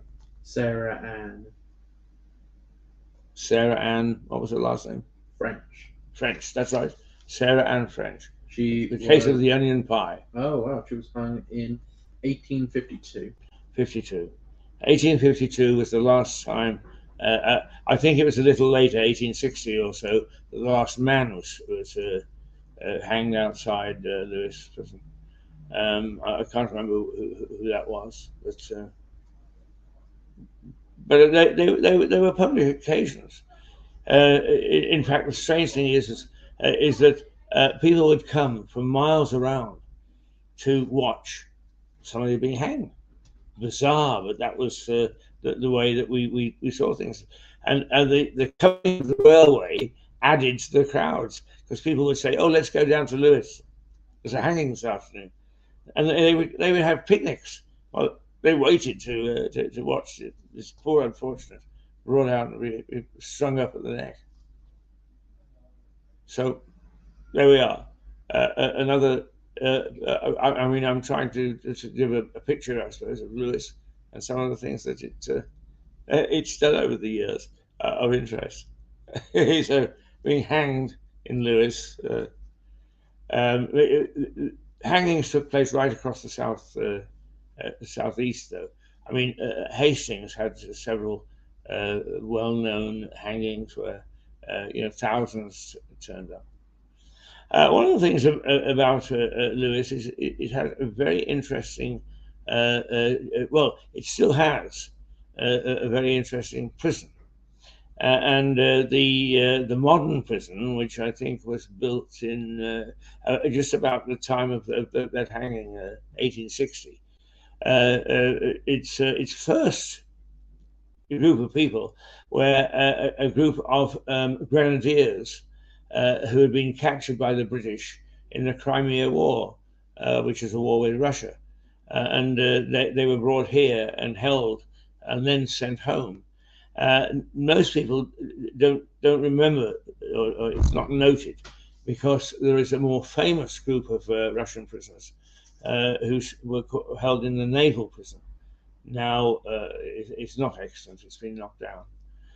But we've had some marvelous, marvelously public and famous people. The Cray twins were held in Lewis prison. I don't know who they were. Ah, well now. But before we get into that, the last person to be hung was in 1955. Right, and that was the Ben, was it?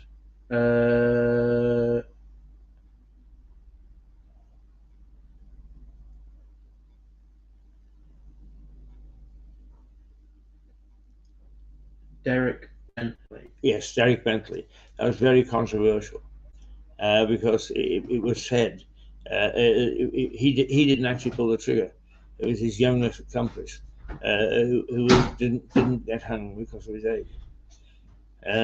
Very controversial and gave the case for eventually the wrong man was hanged, and it was the wrong hanging. But just going back to not even 50 years ago, was it? 1955? Oh no, that was 1955. not even 60. Yeah, not even 60 years ago. Yeah, that's right. That's right. Wow. So hanging was quite a recent thing up until recently. But going back to the prison, the Cray twins were famous, very famous gangsters from London, and you will find that a lot of people will know the name of the Cray twins. But do you know who else was held there? And perhaps this might strike a chord with you. I know who you're going to say, but go ahead. Mick Jagger. Yeah. Yeah. And do you know what he did when he was there? He ordered food. Yes. He did. Yeah. From where? Yeah. That's right. He said to the warder, "Hey, we're hungry, mate. Where can I get a takeaway?" And the warder said, "Well, I don't think there's anything open late at night, but try the White Hart." And Cliff Ayres, the owner of the hotel, confirms the story. And he says they can't find it, but for a while, the takeaway order was kept in the files of the hotel. Is what Mick Jagger ordered to be taken down to the prison so that he could. So we got interesting histories in criminality in the US. Do you want to play our park for a minute? The more I talk, the more my mouth gets dry, and it's mainly because of my Parkinson's, but it is exacerbated by the fact that I'm jaw. All right, here we go.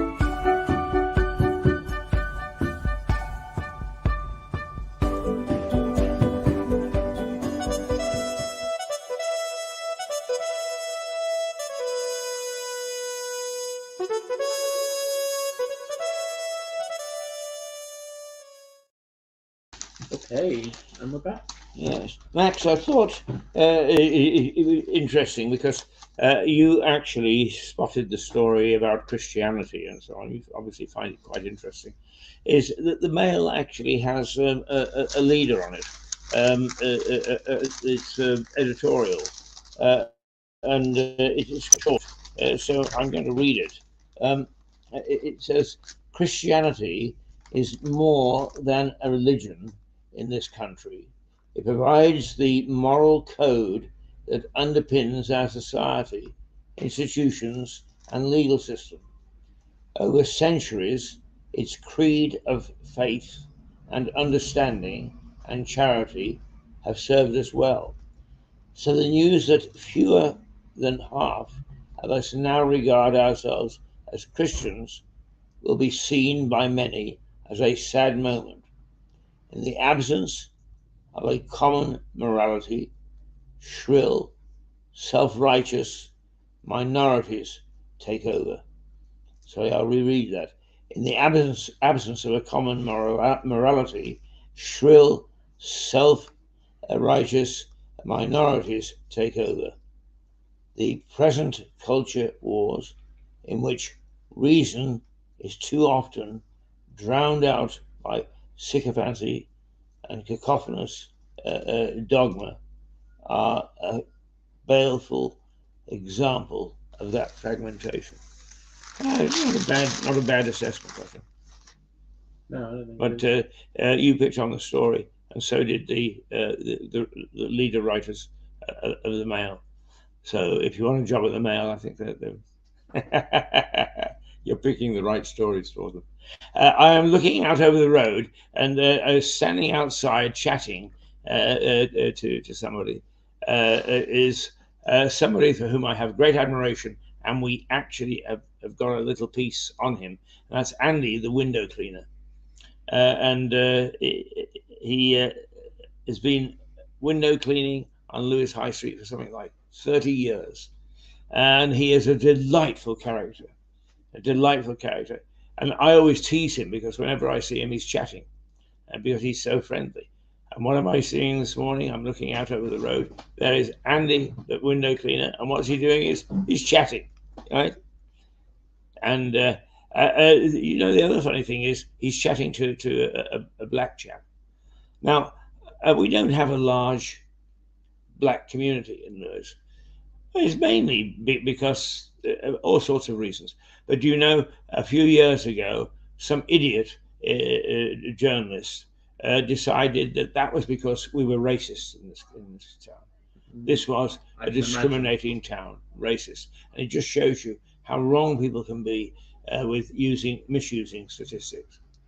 So very silly indeed. We're lots of things in this town, but racist we ain't. Okay, what's the time, Max? What's the time? It is 52 minutes past. Right, 10:53. In fact, we just clicked over. So we got 7 minutes to go. Have you got a little something you could play? Perhaps another Christmas thing, perhaps, or a promo? We can play a promo on the side because the longer clips keep freezing up. I don't know what the hell's called. Ah, right. Okay. Yeah. Okay. A little promo will help, I think. All right. Here we go.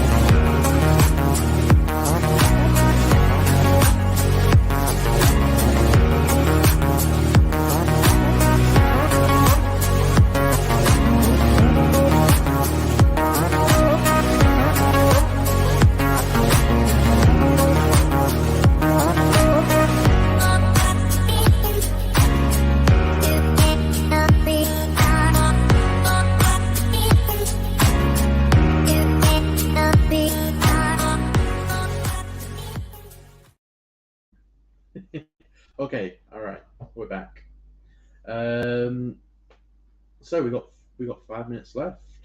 You okay? Well, I mean, as usual, I think that we raise some of the things when we have a misfortune technically, and because some of the videos have frozen this morning, it's just given us a chance to take a look at it. And it's always the same with teller of tall tales, which I am. Is I remember things when something triggers. If you said to me, "Tell 10 stories now," I couldn't do it. But I probably told 10 stories this morning because you said something or something's come up that just triggers It stories. was like what was it the other week when I went to the Imperial War Museum? When was the last time you thought about that before I mentioned it? Probably been a while. Yeah.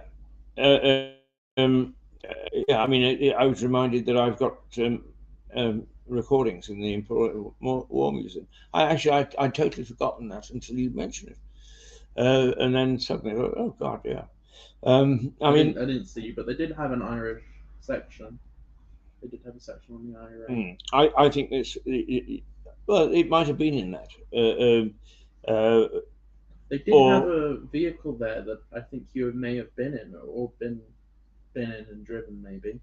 They had a Land Rover that was used in the Middle East, and it was specifically for Reuters.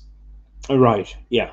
I mean, I was never in that Land Rover in the Middle East, but it was very typical of the Land Rovers which were used by the army in Northern Ireland, and I was in many of those on many an occasion.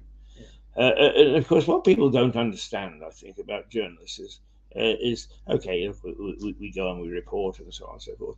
But for instance, we work closely with the military, and they say, "Oh, hop into to this vehicle or whatever," and off we go. And so on, and we come back, and the 2 days later, one of those vehicles is bombed or blown up or attacked. And we could easily be in it. So that's the sort of the danger you face. You don't think about it twice when what the hell, these vehicles are going around all the time.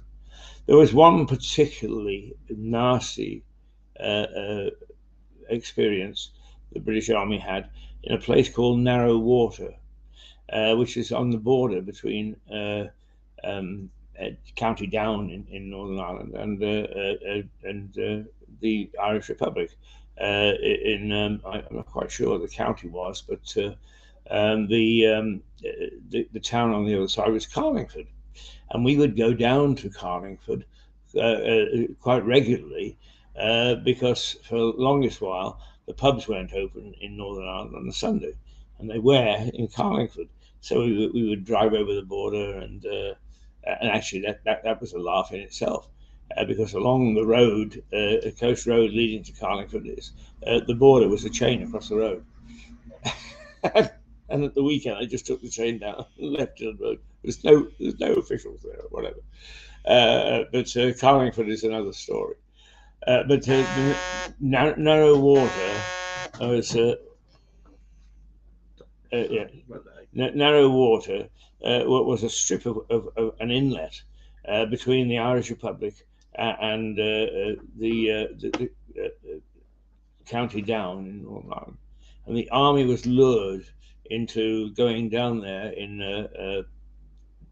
some lorries, and they were attacked by missiles and a whole a bunch of IRA people across the water. And there was a great loss of life, and I think they even shot down a helicopter. And it was one of the very, very nasty incidents um, in Northern Ireland during the time of the Troubles. I went to Northern Ireland. I went to Northern Ireland the first time in 1970, but I was still in Canada, and I came over to report on the Troubles because they started in '69, so they were still big news. Well, they were always big news. But I came back to Northern Ireland in 1975, and they started a poster campaign that said, 5 years is enough.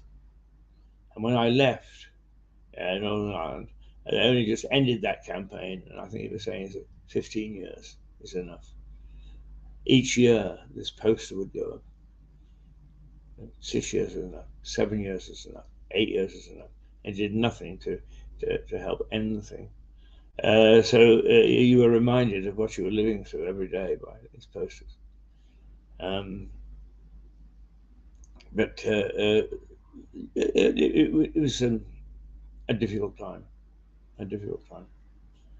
But yes, you're right. You would have looked at the sort of Land Rover, the sort of vehicle that we travelled in for all sorts of reasons. But should I tell you, the queasiest journey I ever had was I spent a lot of time in the Balkans, and I was invited back to Serbia to try to help establish a television station there. And it was owned by one of the oligarchs. And I was driven around by in one of the oligarch's cars, which were always big Mercedes with blacked out smoked windows. But the oligarchs were not averse to murdering one another. And I was being driven around in these things, and because of the smoked windows, nobody knew who was in it. And I was always very tense, just in case, like all mafia, is they would draw up at a traffic light and bam, bam, bam, and off they would go. And I always thought they won't know who I am. They won't know that it's me in here and not part of the oligarchs. And I was really tense at a light in case somebody drove up and said bang, bang, bang. It's too late. When the bullet is coming at you, it's too late. I said, no, no, no. But you become very, what should we say, phlegmatic about being in danger. Somehow it's almost as if it's not you. Everything around you is mayhem, but it's not going to affect you. Some of us die, of course, but a lot of us. I mean, if I may just be a bit naughty, but as journalists, we would go into a pub in Northern Ireland, and we would get so used to the fact that threats and so on we didn't take much notice, and the police would come in and say all out, bomb threat, and we would tell the police to get lost and to leave us alone and to let us continue with our drinking. That's how sort of you got used to the whole situation, and this sense of danger, which you would see and other people would see, brushed over us. Just one of those things. Anyway, where are we? Yeah, we're It's 11:04. Oh, we've gone over 4 minutes. Oh, dear, disaster. No, it's not. Thank you for being with us. Do you want to push yourself up there, Max, again? Yeah. We hope that what we do in these morning sessions, apart from bringing you the news and bringing you the odd program that we make about things of interest, is that particularly when it's Max and I am the 83-year-old Luddite with very specific views about how we should behave now based on how we behaved 50 years ago. Max is all of 19 years and brings the modern view. And what we do is we clash in our views of things to try hard to come to some consensus about what things should be and how we view each other's generations and how those generations view things differently, and yet how in many ways we have to make a decent society find an accommodation between old and young, black and white, Catholic, Protestant, all the differences. And the more that you can actually talk things through and laugh a little together the way Max and I do, then indeed we will make a contribution to a better, a nicer, and a more tolerant society. Isn't that nice for me to end with that sort of sermon? But nonetheless, my sense of duty is that we do things for our community.